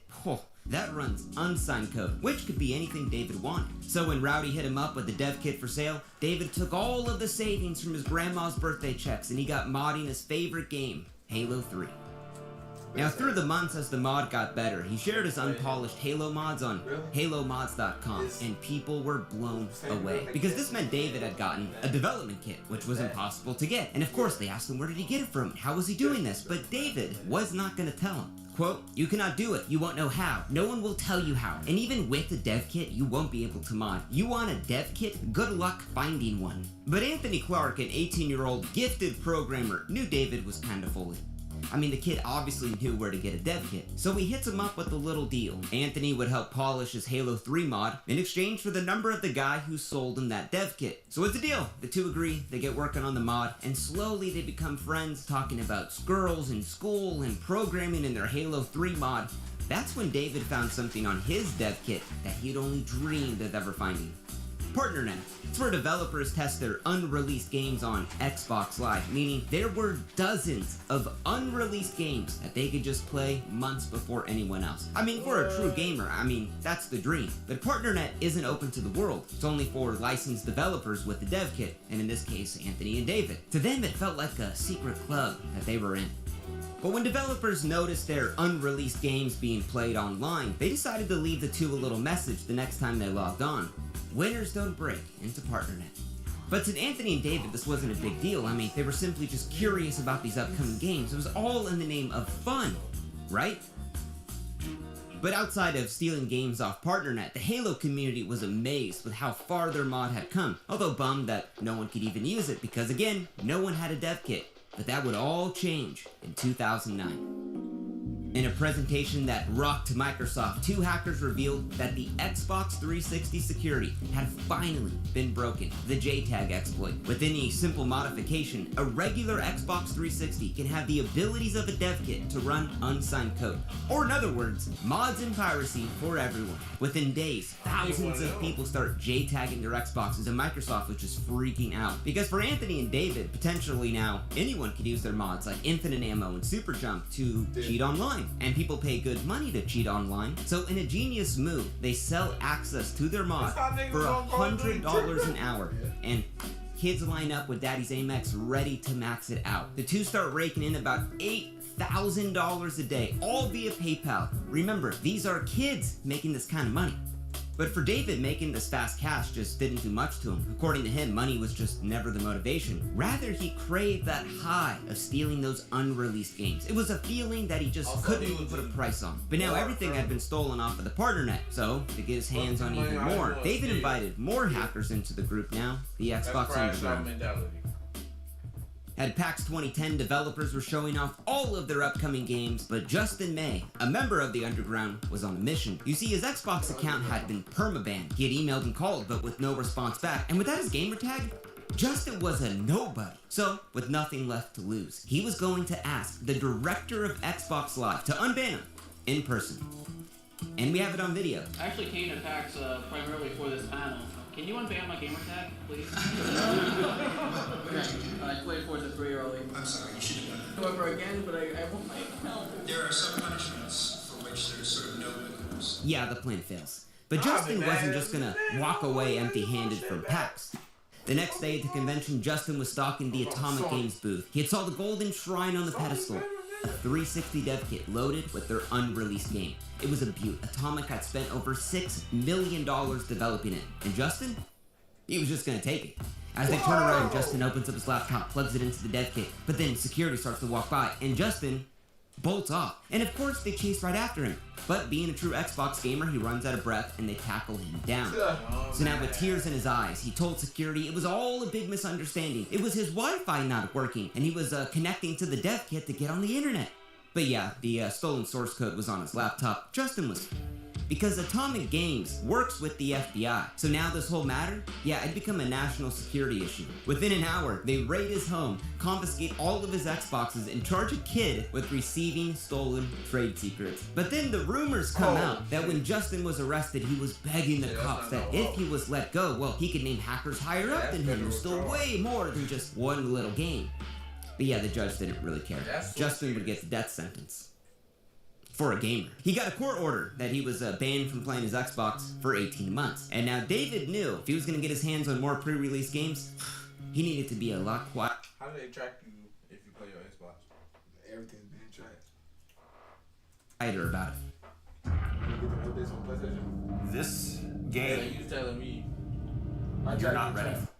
So you telling me if this nigga... Now with David's growing reputation, opportunities started just coming to him. And Super Day, also known as Dylan Wheeler, brought him the opportunity of a lifetime. I've come across a leaked form database with thousands of login credentials. Several emails belonging to Epic Games employees thought we could work together on this. Super Day. Now, a lot of people reuse their passwords, and hackers know that. Now, it's the biggest reason why leaks like this even happen, because of just reused passwords. Now, several emails in this leak were at epicgames.com. So if just one of those employees reused their password, David could enter Epic Games and steal from one of the biggest video game developers in the world. But this kind of seemed too good to be true, because who really was Dylan? He said he'd been hacking since the age of 12 and that he went to high school in Australia and that he just come out of nowhere with this. I mean, was the kid a Fed? But these logins did work, although the minute they logged into Epic Games, there was another problem. These accounts were just the IT support staff at Epic Games, meaning they couldn't see any of these upcoming projects or games, or as Dylan said, what a waste. They just fixed printers and reset passwords. But David's a smart cookie, because he thinks, well, we have access to their emails, let's search for the word password in those emails. And that's when they come across the granddaddy of corporate IT fuck-ups. A master password list for every employee at Epic Games, all on a Word document just for anyone to look at. And all of this because one employee reused their password. Okay, so my advice, just check to see if your private information's been leaked in a data breach. And right now, you can check that using today's sponsor, platform run continue. The crew goes but USB drive for the chairman's network account into the CEO's art director project leads. Hell, they even find a USB drive for the chairman's Lamborghini music logo with Lady Gaga. But after days of searching, David finally found what he had been looking for. The Mac Daddy of unreleased games. You're not daddy. Here's what he found what he had been looking for. The Mac Daddy of unreleased games. Gears of War 3. This game had been delayed multiple times. Real gamers were dying to play it. But David just couldn't download it. I mean, even with an encrypted Nigerian VPN, it could obviously be traced back to him. What he needed was a hacked modem. Makes it impossible for anyone to track your down, and it gives you free internet. And while these are normally impossible to get, a member of the underground, Sinet, he had one. At 3 a.m., Sinet downloads the game to a remote server using this hacked modem, but instead of just sending a download link, which again could be tracked, Sinet burns the game onto Blu-rays and he mails them out to the crew. So after all of the hard work and crimes that they had committed, David rips open that package and pops that sucker in, and oh my god, the game sucked. It wasn't even playable. But that's when the fear set in for David. Because if this ever got out that they had hacked into Epic Games, yeah, they were looking at some serious prison time. I'm not gonna say the next day, Gears of War 3 was leaked online, and yeah, it made national news. Gears of War 3 was leaked on the web. Epic Games warned people that downloading the title may actually melt your system. Because Epic had spent over $60 million on its production, and Epic promised the public they would find the sick could ever do such a thing. But David just couldn't sleep. I mean, did Epic have any evidence? Were they just gonna pop in and arrest him? And this curiosity drove him into hacking into Epic Games again, where now we found out that the FBI was now involved. But that still doesn't deter David. They continue to stay in Epic's network, knowing that the FBI was in there for months, but just to monitor the investigation. And although David put up a strong front to the others behind the scenes, the kid was freaking out. But David's problems only grew. His cheating mod business that he had with Anthony Clark, yeah, that was getting railed with the cease and desist letters from game studios. So the two shut that business down, but they remain pretty close friends. And while David continued on his war path of stealing unreleased games, well, Anthony Clark, he had found his next business opportunity. Now, in the FIFA video game, you can earn FIFA coins to build out a better team playing against a computer or humans. But these coins cannot be bought. You have to play games to get coins. But Anthony came across websites that sold FIFA coins for cash. Yeah, they were in China and they did look a little sketch, but you could buy the coins with cash. And it got Anthony thinking, what if he made a bot that could automatically play the FIFA game to earn FIFA coins, and then maybe sell them off to these Chinese websites? Genius idea. So as a proof of concept, he spends months developing a tool, and oh boy, it worked way better than he even thought. It could play one whole game against the computer within a second, earning him thousands of coins a minute. With just one Xbox development kit running this tool, it made about Anthony $30 an hour, automatically, 24/7 per machine. But then his first week of wholesaling coins out to China, Anthony had made a couple of grand. And of course, the business grew. He bought dozens of dev kits, racking up the electricity bill at his house. And while David wanted nothing to do with the FIFA coin business, he referred him out more programmers like Nathan LaRoe, Austin Akala to develop the tool even further, and this business grew. But was this even legal? Now, after a few months of watching every email come through Epic Games, the FBI just stopped emailing their security team, because even with the crew still inside of Epic's network, they had no idea who had leaked Gears of War 3. Or in other words, they had gotten away with it. David grew intoxicated by the power he had, leveraging his skills not only for personal gain, but now financial gain. Instead of stealing games for free, he had found a bunch of rich-ass gamers who paid him the big bucks to steal games for a business. This whole hacking thing, yeah, it was a growing, expanding business. Now, if you ever played Fortnite, you'll probably heard of Unreal Engine. Now, it's a tool for game developers to build out the world, you know, some of the biggest video games out there. And wouldn't you know it, Unreal Engine is owned by Epic Games, meaning that master password list for every employee at Epic, yeah, that could be a springboard into hacking into every company in the goddamn world. So with months of meticulous planning, they slipped through the virtual defenses, mainly using reused passwords. They began to break in and steal from every major game developer in the world. Hundreds of companies, thousands of games having total control over their networks, or as David said himself. Are you? Oh, it's great. I have to the Australian Department of Defense. I have every single big company: Intel, AMD, Nvidia, any game company name, Google, Microsoft, Disney, Warner Brothers. Oh my God, Disney! Everything. He different for hacking all of them. Use code TAY1905 and he will teach you how to hack like this. If you just enter TAY1905 in the comment section. But after breaching Microsoft, that's when they stole the secret that had been hidden from the public eye. It was the files for the unreleased Xbox One prototype called the Durango, the source code, the tech specs, all of the assembly instructions. For a group of Xbox hackers, having the next-gen Xbox documents, yeah, that's like the craziest thing ever. And they decided they were going to build a counterfeit of it. Now, it probably sounds insane, but a Durango or Xbox One is just off-the-shelf parts of a computer. So using those documents they stole as a build guide, they put together a counterfeit Durango, and they just stare at it. Because there was no games for it. So Austin Akala thinks, maybe we can sell this, to make some money off of that Microsoft hack. But not on eBay. That would bring way too much heat. So Austin builds out the Durango, and they find a dude in West Africa who pays him $5 grand for this counterfeit Durango. And then all of a sudden, after talking to no one for 2 years, Justin May shows up and he's back in the crew. And he offers to ship it out because, quote, I can get a good deal on shipping. And the crew lets him. But the Durango would never even arrive because the buyer in West Africa, that was the FBI.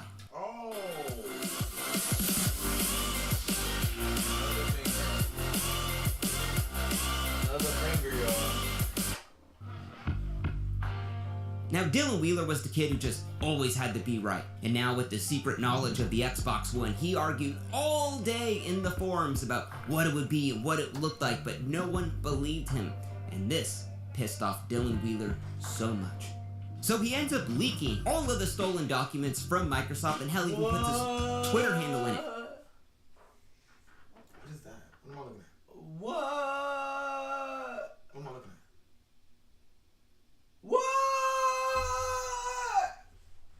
That's what I was talking about. What am I looking at? It's not. It's him. He the nigga that got the profile pic. Brother, Y'all, this nigga got what just happened? The nigga posted about the Xbox, right? They didn't believe the nigga. He got mad. Said bet. And crashed out.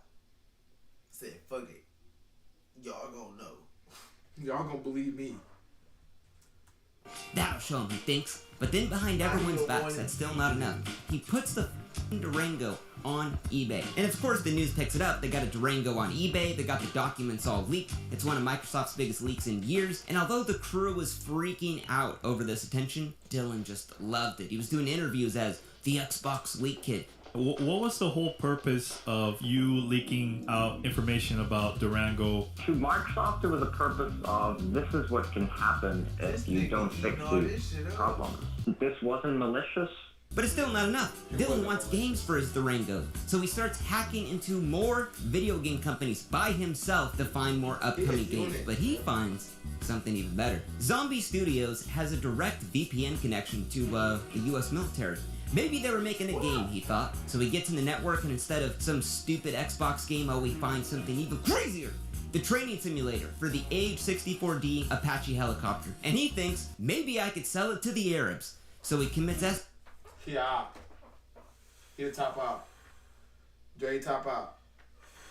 Dre top out. He gotta be top out. He's top out. Yo.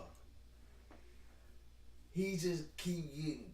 When you remember I was telling you about the crash out theory I was having about the YouTube videos? Yeah. It just get worse and worse and worse. Yeah.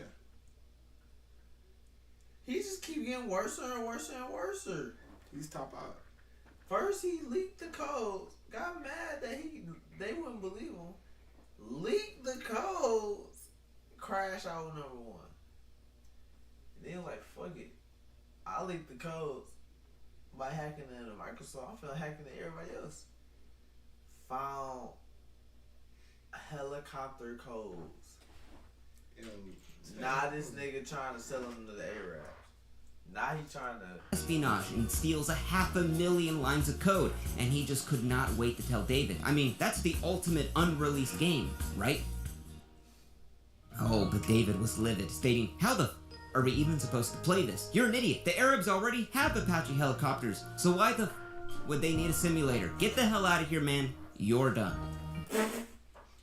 Good job, dickhead. Oh, bro, I'll beat his ass. If he just hold me like that. When I did all that damn work. Super far good. For this shit. What am I taking to that? Oh, bro, I'm getting emotional. But Dylan's problems were just only beginning. At the age of 17, Dylan Wheeler had Microsoft investigator Miles Hawks in his living room. Now, he had flown all the way out to Australia just to ask Dylan, how did he get all these Durango documents? And Dylan just tells him everything. That he hacked into Microsoft with a team of experts that he was the leader of. And it was all because he was a curious little boy. But that whole putting the Durango on eBay, that was just a big joke. Lighten up, buddy. So Miles lets him off with a little warning. Stop hacking Microsoft, stop posting Durango stuff on eBay, and we're all good. The next day, Dylan puts the Durango on eBay and Microsoft shuts down the listing, and Bill Gates calls in a little raid from the Australian Popo.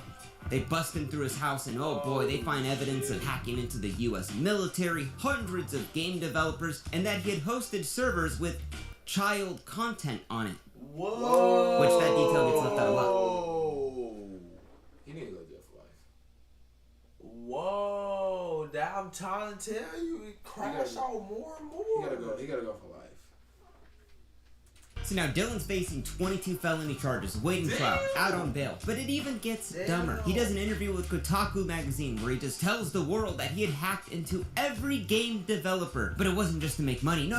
It was just because he was a curious little boy. The interview is linked down below and it's pretty funny. Even the reporter doesn't believe him. Oh, and all of that child stuff? Again, that wasn't him. That was just the other hackers in the Xbox Underground who had also now been raided by the feds. Except for David. Now, while David's crew was just falling apart, Anthony Clark's business was growing like a startup. Their production increased to 1 million FIFA coins a second. Anthony hired programmers, accountants, attorneys, hell, even formed an LLC. In just 8 months, Anthony made over $7 million. He bought this house, he bought a Mercedes, his co-workers bought Lamborghinis, all from FIFA coins. But the money hadn't come that easy. Well, at first the FIFA game had no security, they'd now added in CAPTCHAs to prevent the bots that they were now using. But again, no problem. They just developed bots to do the CAPTCHAs. But the real question was this even legal? Now, the coins weren't stolen or hacked from FIFA. It was just a bot that played hundreds of games a second, to get FIFA coins that, again, couldn't be bought. I mean, in their own terms of service, it says the coins have no value, mainly for tax reasons. So how could it be fraud?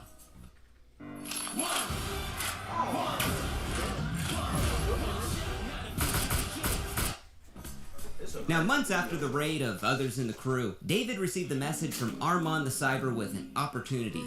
Now, Armand had stolen a real Durango from Microsoft's headquarters. He had a family friend that worked there, and he cloned his employee badge and just dressed up like a dork and walked in their headquarters and just took it. And he told David it was so easy that he'd be willing to do it again to get David his own Durango, in exchange, of course, for a couple of grand. Now, to me, this guy seems like a total fed, but to David, it seemed like a great idea, so he went through with it. So wearing his Bill Gates deluxe uniform and his fake badge, Armand gets in. Now, he had heard the Durangos were on the 5th floor, but his badge didn't have that security clearance to get him there. So, at America's most technologically advanced company on Earth, he bypasses all of their security by taking the stairs. And he shoves 2 Durangos in his backpack, walks out like nothing ever happened, bam, bam, bam, mission accomplished. Yeah, the next week, Armand gets a call from Microsoft headquarters. They wanted him to come down to their offices to have a little chat with them because, Armand had gotten hired there. And that's when he remembered, oh my god, I put in my job application last month. So David's got a Durango, Armand's got a new job, and they lived happily ever. It was actually all a trap to bring Armand to Microsoft's interrogation room. They had it all on cameras, and Armand confesses to everything. Now, they tell Armand that Microsoft would not press any charges if he could just bring the Durangos back, or else things would get nasty. Armand calls David, freaking out, saying how would it be if they didn't get these Durangos back? I'll give him all this money. Just send the Durango back, anything.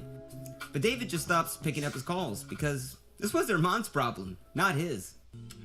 He got what he wanted. Pulling up to the U.S. border, David and his father told Customs that they were just driving to the U.S. to run a real quick errand. But after just one glance of David's face, they asked him to get out of the car and they put him in handcuffs. And they tell his dad that David would not be coming home for a very long time. For the last 8 months, the FBI had a secret indictment listing David Pecora as the first foreign hacker to be charged criminally in the United States. Why? Stealing over $100 million in American trade secrets. Now, along with David was Sinet, Austin Akala, and Nathan LaRoe were all arrested and charged as co-conspirators. Now, all 4 would plead guilty to stealing over $100 million in trade secrets, with Nathan, Sinet, and David all getting prison time, except for Austin Akala. The FBI had found something very interesting on his computer. Now, while Anthony Clark had been David's business partner in the past, he never got caught up into this case. He didn't steal games, he just mined FIFA coins. But when the FBI found evidence on Austin Akala's computer of this FIFA coin mining operation that made millions of dollars, yeah, that's who they went after next. On September 2015, Anthony Clark and his 3 employees, who were separate from the crew, were raided from the IRS, where they seized over $4 million in assets. Because Anthony's little business, yeah, that had made him over $18 million in a couple of years. But the problem started when he was withdrawing up to $30,000 a day from his 13 personal bank accounts. Because those glitched FIFA coins he made, while he did sell them to China and hell even paid his taxes on them, the government said it was all wire fraud. Now, Anthony's 3 partners, who also made millions from this, did a plea deal to give up all of the money they made in exchange for absolutely no jail time. Because, if the FBI brings a case against you, there's a 99% chance that they're gonna win. But Anthony truly felt he was innocent. His attorneys thought they could win a case at trial because, again, these FIFA coins couldn't be bought from EA. He didn't hack in, he didn't steal the coins. So how could you commit wire fraud for something that's free? But when the prosecutor said if this was not money nor property they were obtaining, then what were they getting paid $16 million for? That's when the jury found Anthony Clark guilty of conspiracy to commit wire fraud. So, pleading innocent to 22 charges, Dylan Wheeler had 48 hours to hand in his passport to the Australian police. But instead, his mom just drives him to the airport and then he hops on a flight and he leaves the country to the Czech Republic. All because Dylan had dual citizenship there and he couldn't be extradited back. He was now a free man. Now, instead of just laying low as a fugitive on the run, Dylan does interviews with the news. To be honest, it's quite scary that I was able to leave on my Australian passport, because they have a system that they use at border control, find out if you're a criminal, if you're trying to leave the country, and it'll flag you. Normally. Australia would arrest his mom after he said that and even sentence her to 2 years in prison because technically, she was harboring a fugitive when she drove him to the airport. Now Dylan Wheeler's alone in the Czech Republic, his mom's locked up, he's got no money. So he gets a job at a cybersecurity firm, that specializes in banks. Dylan did interviews saying he's a reformed hacker, he's a good boy now. But a week later, customers at these banks began complaining that hundreds of thousands of dollars were getting transferred onto the debit card of an Australian citizen. Who could that be? Oh, Dylan Wheeler. So the Czech police raid his apartment, and they find he's counterfeiting money now. So he pleads guilty in the Czech Republic, and then he only gets probation, and then he flees off to England. Now, while in England, he starts his own cybersecurity firm called The Day After Exploit. He's giving interviews, he's doing security conference presentations, but then in October of 2020, his business dissolves, his Twitter shuts down, he deactivates his website. There is not a trace of him past October 2020. So I got a hold of one of Dylan's old co-workers, and they said he had left England and was actually living in Poland, but not for what you think. Because there, he had decided to rob a Polish bank with 2 random dudes he just met at a bar. But then the whole thing was caught on hidden camera. So the next day, Dylan Wheeler's arrested, and today, he sits in a Polish prison with a 10-year sentence for robbing a bank. Now, the week before his sentencing, out on bail, Anthony was out for his birthday and he partied so hard with his friends. And after that final round of shots, hugging all of his friends goodbye, Anthony went to bed knowing that his friends and family really did have his back. But sadly, he wouldn't wake up the next day. His mom found him not breathing. The coroner would rule an accidental drug overdose from mixing the Vicodin in the alcohol. There was no note left behind. He never talked about doing this on purpose. It was all an accident. He had so much to offer to the world from such a young age. He was such a talented programmer. And to just see it all be ended like this, it's really a tragic story. Oh yeah, it's great. But for the others like David, Taned, and Austin Akala, today they have thriving careers as programmers, cryptographers, some even have families of their own. And while I did contact them for their side of this story, all of them refused to comment. You just commented under them niggas to shit, talking about, Nobody would do that. Oh, we didn't. Oh, shit. Well, that nigga crazy.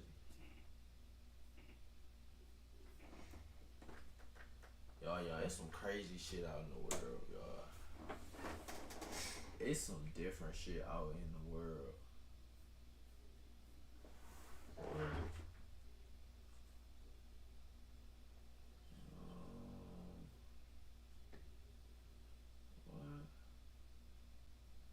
The anti-gay senator was caught sleeping with 94 men. Oh.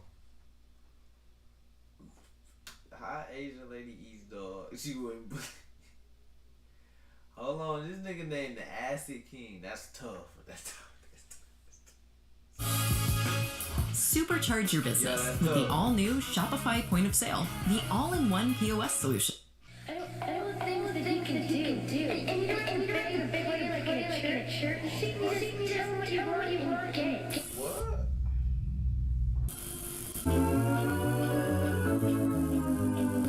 The inverted cross. Now this is satanic. What's going on? This is a very generic symbol. Heavy metal music. The rock show Mission Death Fest 1 is being staged at the Jackson Optimus Sports Arena. It was originally supposed to happen in Detroit, and the switch has some people in Jackson concerned the groups promote satanic worship. You heard that shit? Yeah, I heard that shit. That's what I mean. Early in the 1980s, the Satanic Panic had started mainly in the United States and eventually into other countries throughout the late 90s. Some argue that it's still going on to this day. It was a moral panic that started due to rumors spreading across country that people were performing satanic rituals. And during the 80s, American pop culture was obsessed with the occult and satanic imagery, which led to many people believing that magic, heavy metal music, and role-playing games like Dungeons and Dragons would infiltrate the minds of the youth, leading them to worship the devil. Some parents believed devil worshippers would roam around the streets looking for human sacrifice, doing drugs, and selling it to kids. The problem is none of these claims were able to be backed up since there was nothing to prove that these events had ever occurred, until the case of a teenager who went by the name the Acid King. That's a crazy aliens. That's all I'm saying. Yeah, I killed the fuck out that Drake.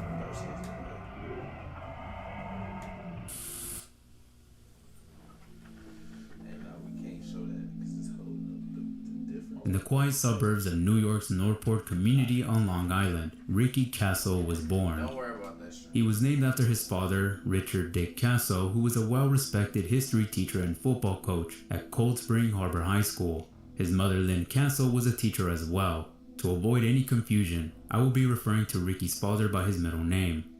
Ricky's parents would later have more children, and Ricky would be the oldest, as he had 3 younger sisters. For some time, Dick and Lynn would describe Ricky to be the greatest kid in the world, and Dick believed his son had a bright future ahead of him. He would describe Ricky as a model child and a young athlete. As a young boy, he would wake up early in the morning to play football with his friends, and occasionally with his father. Though Ricky's bright future would soon start to fade away when he started the 6th grade, he would slowly become rebellious and started to smoke marijuana at the age of 11. And this was just the start of his interest in drugs, devil worship, heavy metal, and the occult. He's just doing everything wrong. He started off doing everything wrong. How did he do that? Fast. I have those days where I'm doing everything wrong. He has those days doing everything wrong. Everybody do. His life is doing everything wrong. How? What?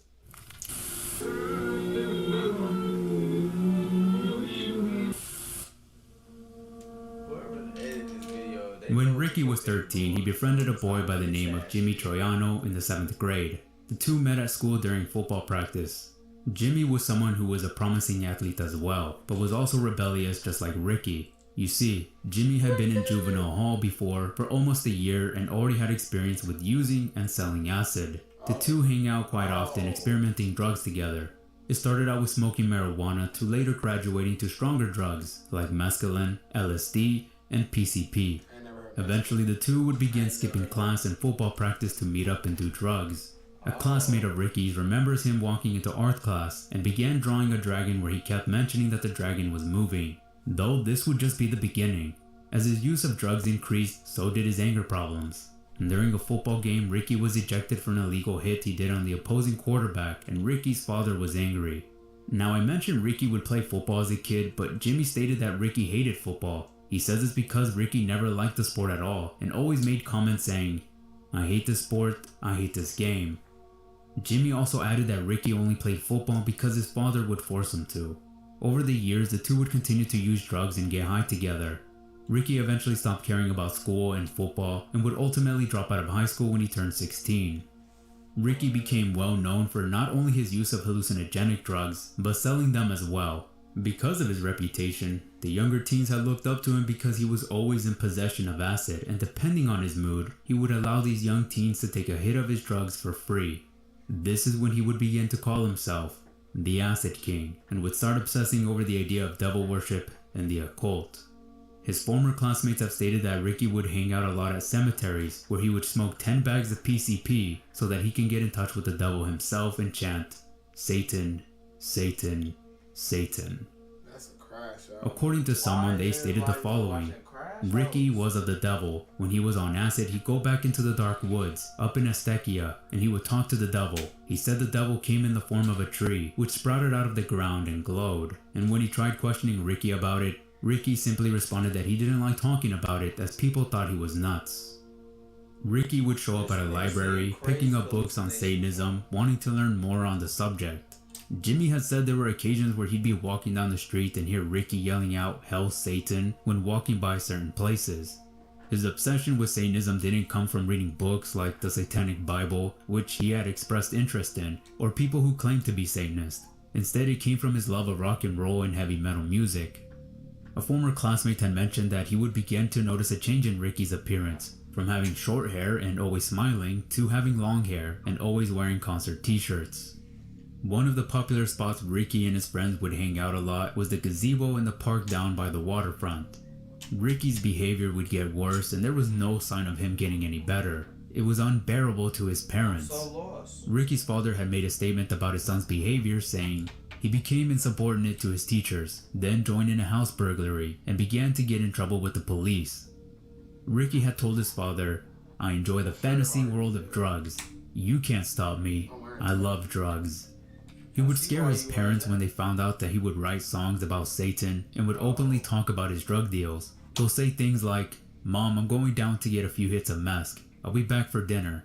He even told his mother that suicide is the ultimate high. He even went as far to put ketchup on his arm and call his mother, yelling at her, see what you made me do.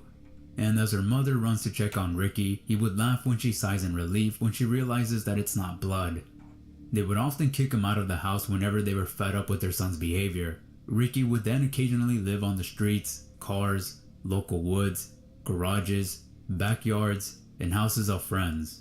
Ricky would discuss with a friend that he wanted to start a cult and eventually would create a loosely organized cult that referred to themselves as the Knights of the Black Circle. The cult had 4 members, Ricky, Jimmy, Albert Quinones, and Gary Lauwers.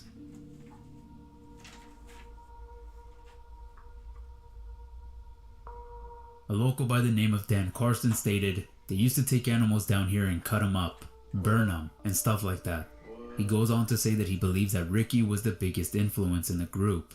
The younger teens who looked up to Ricky would go to his shack where he would ramble on about Satanism, but the kids didn't care about any of that. They really only looked for him because he was the only one who sold acid very cheap. His whole obsession with Satanism was irrelevant to them. Since Ricky wasn't living at home, he never reached out to his parents except for 2 reasons. 1, he was in trouble with the law, or 2, he was extremely ill.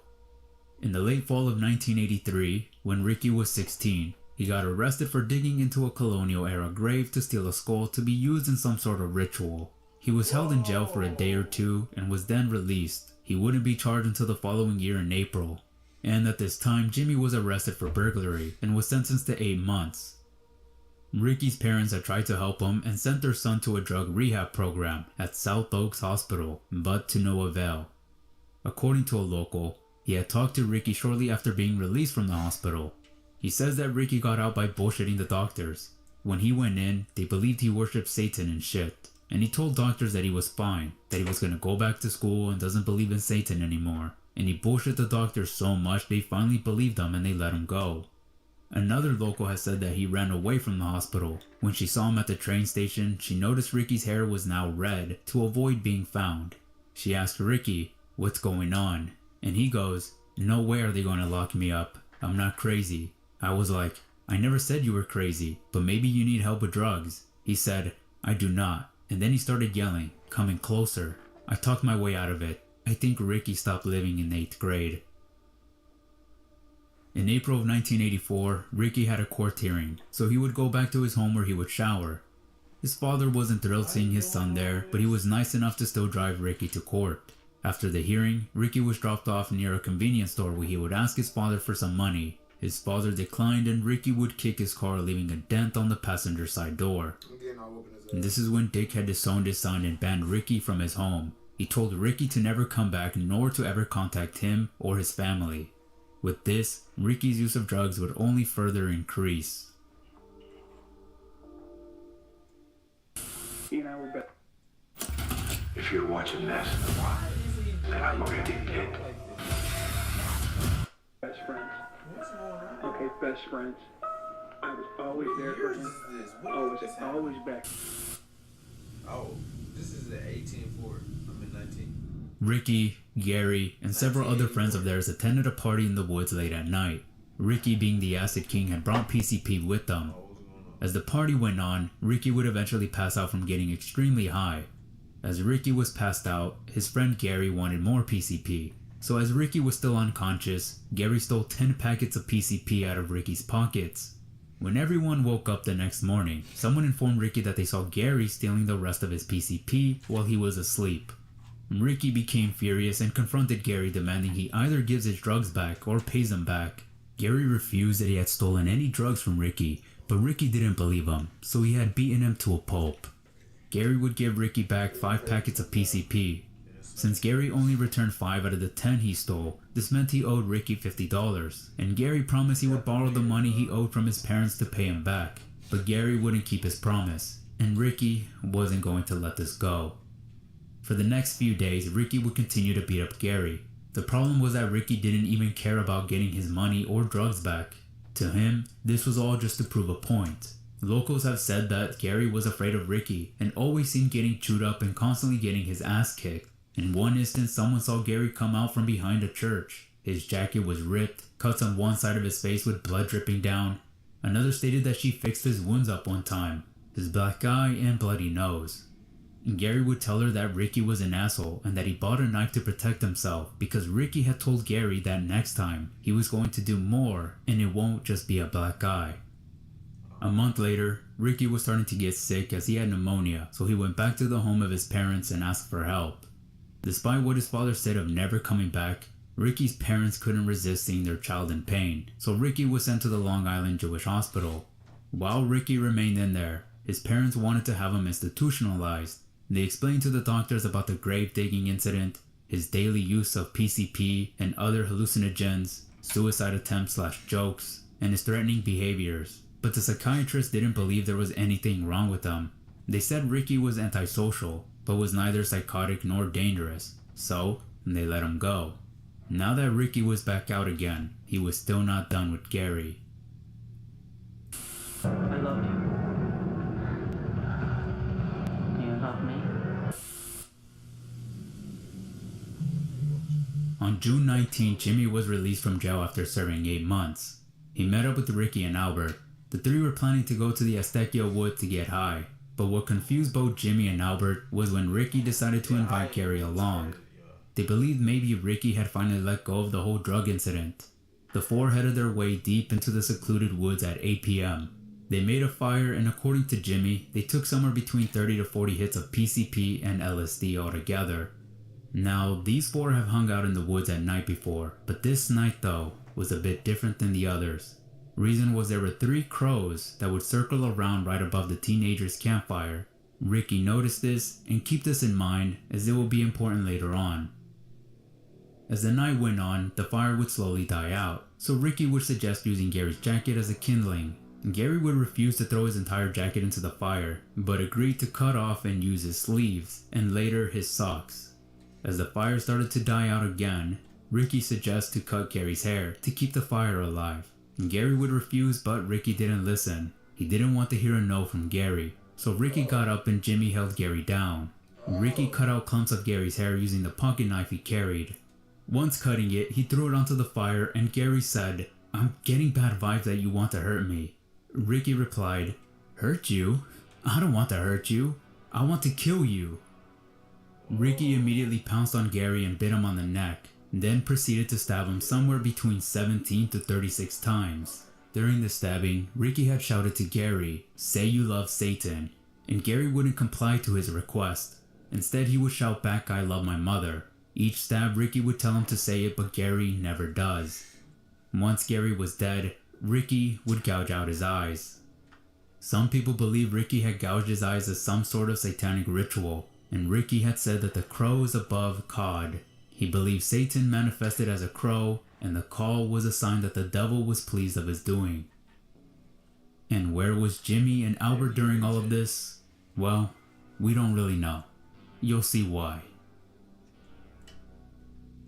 For 2 days, nobody knew about the murder of Gary for 2 reasons. One, his body was deep into the secluded woods, so the chances of him being found were slim. And 2, he was a frequent runaway, so nobody really questioned about his whereabouts. But good old Ricky couldn't keep this to himself. He would later start bragging to his friends that he killed Gary as a sacrifice to Satan. And Jimmy would tell him to stay quiet about it as he just wants to forget about it and move on. But Ricky didn't listen.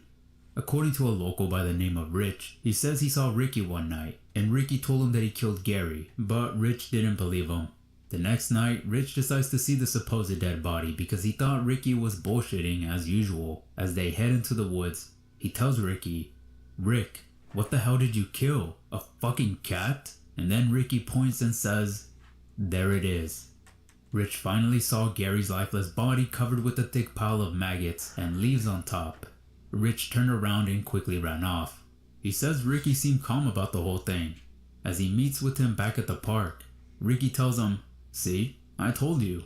And when asked why he did it, he responds with, "For kicks." For 2 weeks since the brutal killing, Ricky would continue to brag and show his friends Gary's body. But as days went by, both Jimmy and Ricky's paranoia would slowly increase. They returned back into the woods to move Gary's body in a shallow grave. His body was badly decomposed, and as they tried to move him, Gary's head came off. Afterwards, the thrill of the murder would start to fade for Ricky, and he was back to being bored. Jimmy and Ricky would leave Northport and plan a road trip to head to California. They planned on making a career by selling drugs. The next day on July 1st, a 16-year-old girl would call the police to report of Gary's body, but the officer who answered the call didn't see anyone by the name of Gary being reported missing. When the officer asked what the girl's name was, she quickly hung up. The officer simply dismissed it as some prank call. At this point, Ricky and Jimmy were 160 miles away from their hometown before they needed more money to be able to progress their road trip. They sold some mescaline and bought a junker car for $50. Back in Northport, on July 4th, 3 days after the call, the police decided to go to the woods to look for Gary, as they were confirmed by his mother that she hasn't seen Gary in a while. She even stated that she once got a phone call by someone with this eerie voice saying, "You'll never see your son again because I just killed him." Police used 4 canines and eventually found a pile of bones, a denim vest, pants, and a pair of shoes. Since his body was out in the woods for a little over 2 weeks, his body had been completely drained of blood and his face was practically gone. As police discovered what was left of Gary, Ricky and Jimmy decided to drive back home to party with their friends on 4th of July. The two partied, got high on acid, and eventually both would sleep in their vehicle. The next morning, police got a call of a suspicious vehicle. When an officer arrived, he noticed it was both Jimmy and Ricky asleep in their vehicle, so the officer called for backup since they were considered as highly dangerous. Backup arrived and arrested the 2 teenagers. They were still sluggish as they were still high from the drugs, but as they started to sober up, Ricky went back to his old, cocky ways. Spectrum Internet te da las velocidades más confiables y sin límite de datos. Obtén Spectrum Internet este 29.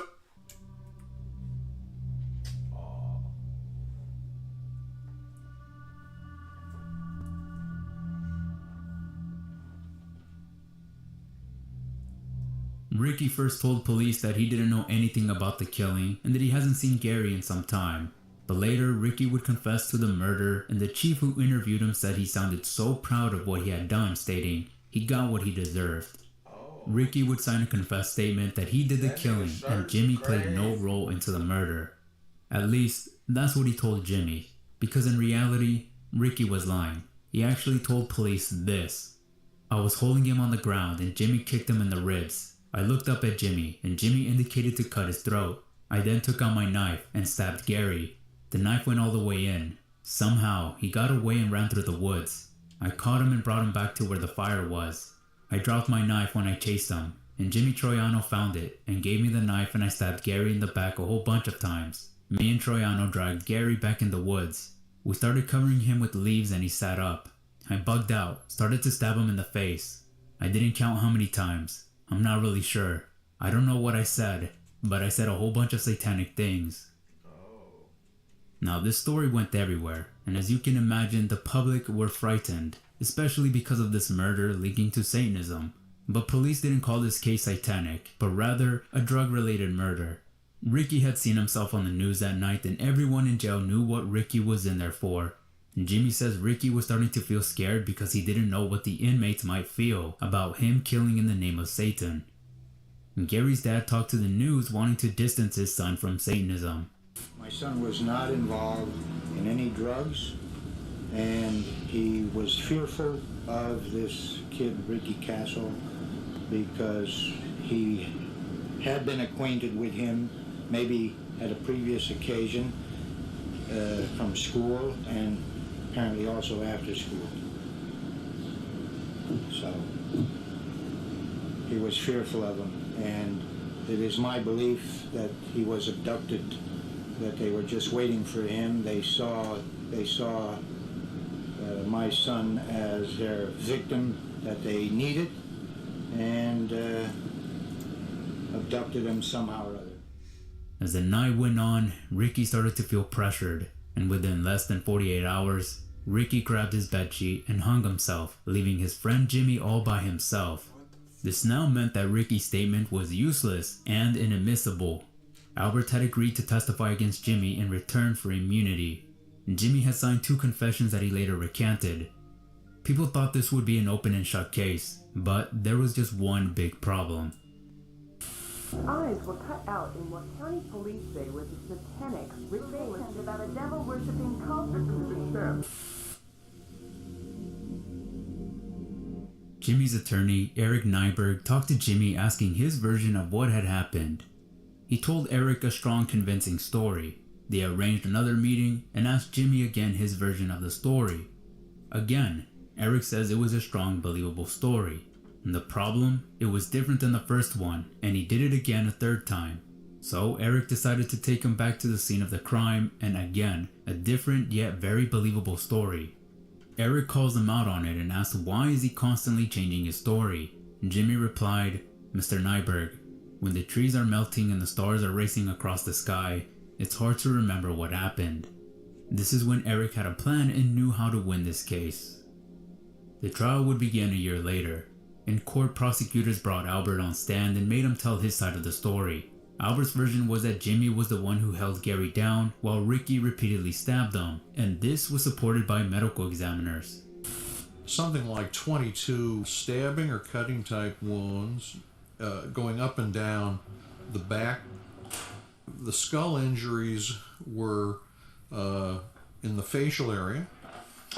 Something like 7 or 8 wounds there. One was a little lower down just above the upper teeth, but mostly they were in the region of the left eye. This pattern of wounds certainly would be what you'd expect if someone were being held immobile and then someone else were doing the stabbing who's right there just going up and down. But of course, this is when the big problem takes place. Albert admitted to taking at least 10 hits of LSD prior to the killing, so this begs the question, is his testimony even reliable? If Jimmy can barely remember what had happened, how is Albert any different if he was just as high as the rest? To be able to prove this, Albert admitted to police that he saw a lion in the woods that night, so in court, Eric asked him if he saw a lion that night, to which Albert responded, he did not. Eric tells him, "But didn't you hear? There was a circus in town and a lion escaped." And Albert says, "You mean the lion was really there?" This completely destroyed Albert's credibility, and it continues to get worse. On cross-examination for the first time, Albert admitted that prior to the attack, he had taken part in attacking Gary by kicking and punching him along with Ricky and Jimmy, and Albert would then recant his statement and said he was positive Jimmy never held Gary down. Eric would now make his closing statement to the jury. "Ladies and gentlemen, I humbly and respectfully submit that only God Almighty knows or will ever know what happened that night. If Jimmy Troiano or Albert Quinones deserve to be punished, it is the Almighty to make that decision."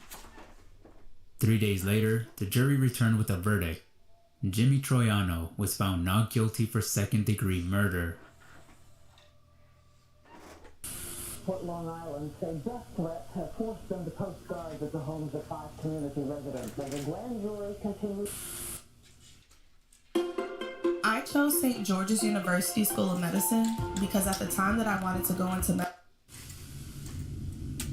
Once it was all over, the media were going after rock and metal bands like Alice Cooper, Judas Priest.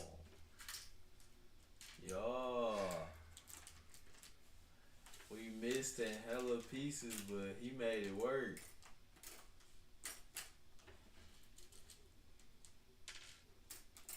That was so different. Nah, this motherfucker ripped though. I feel so accomplished. This motherfucker rough. Motherfucker at night. add to the motherfucker.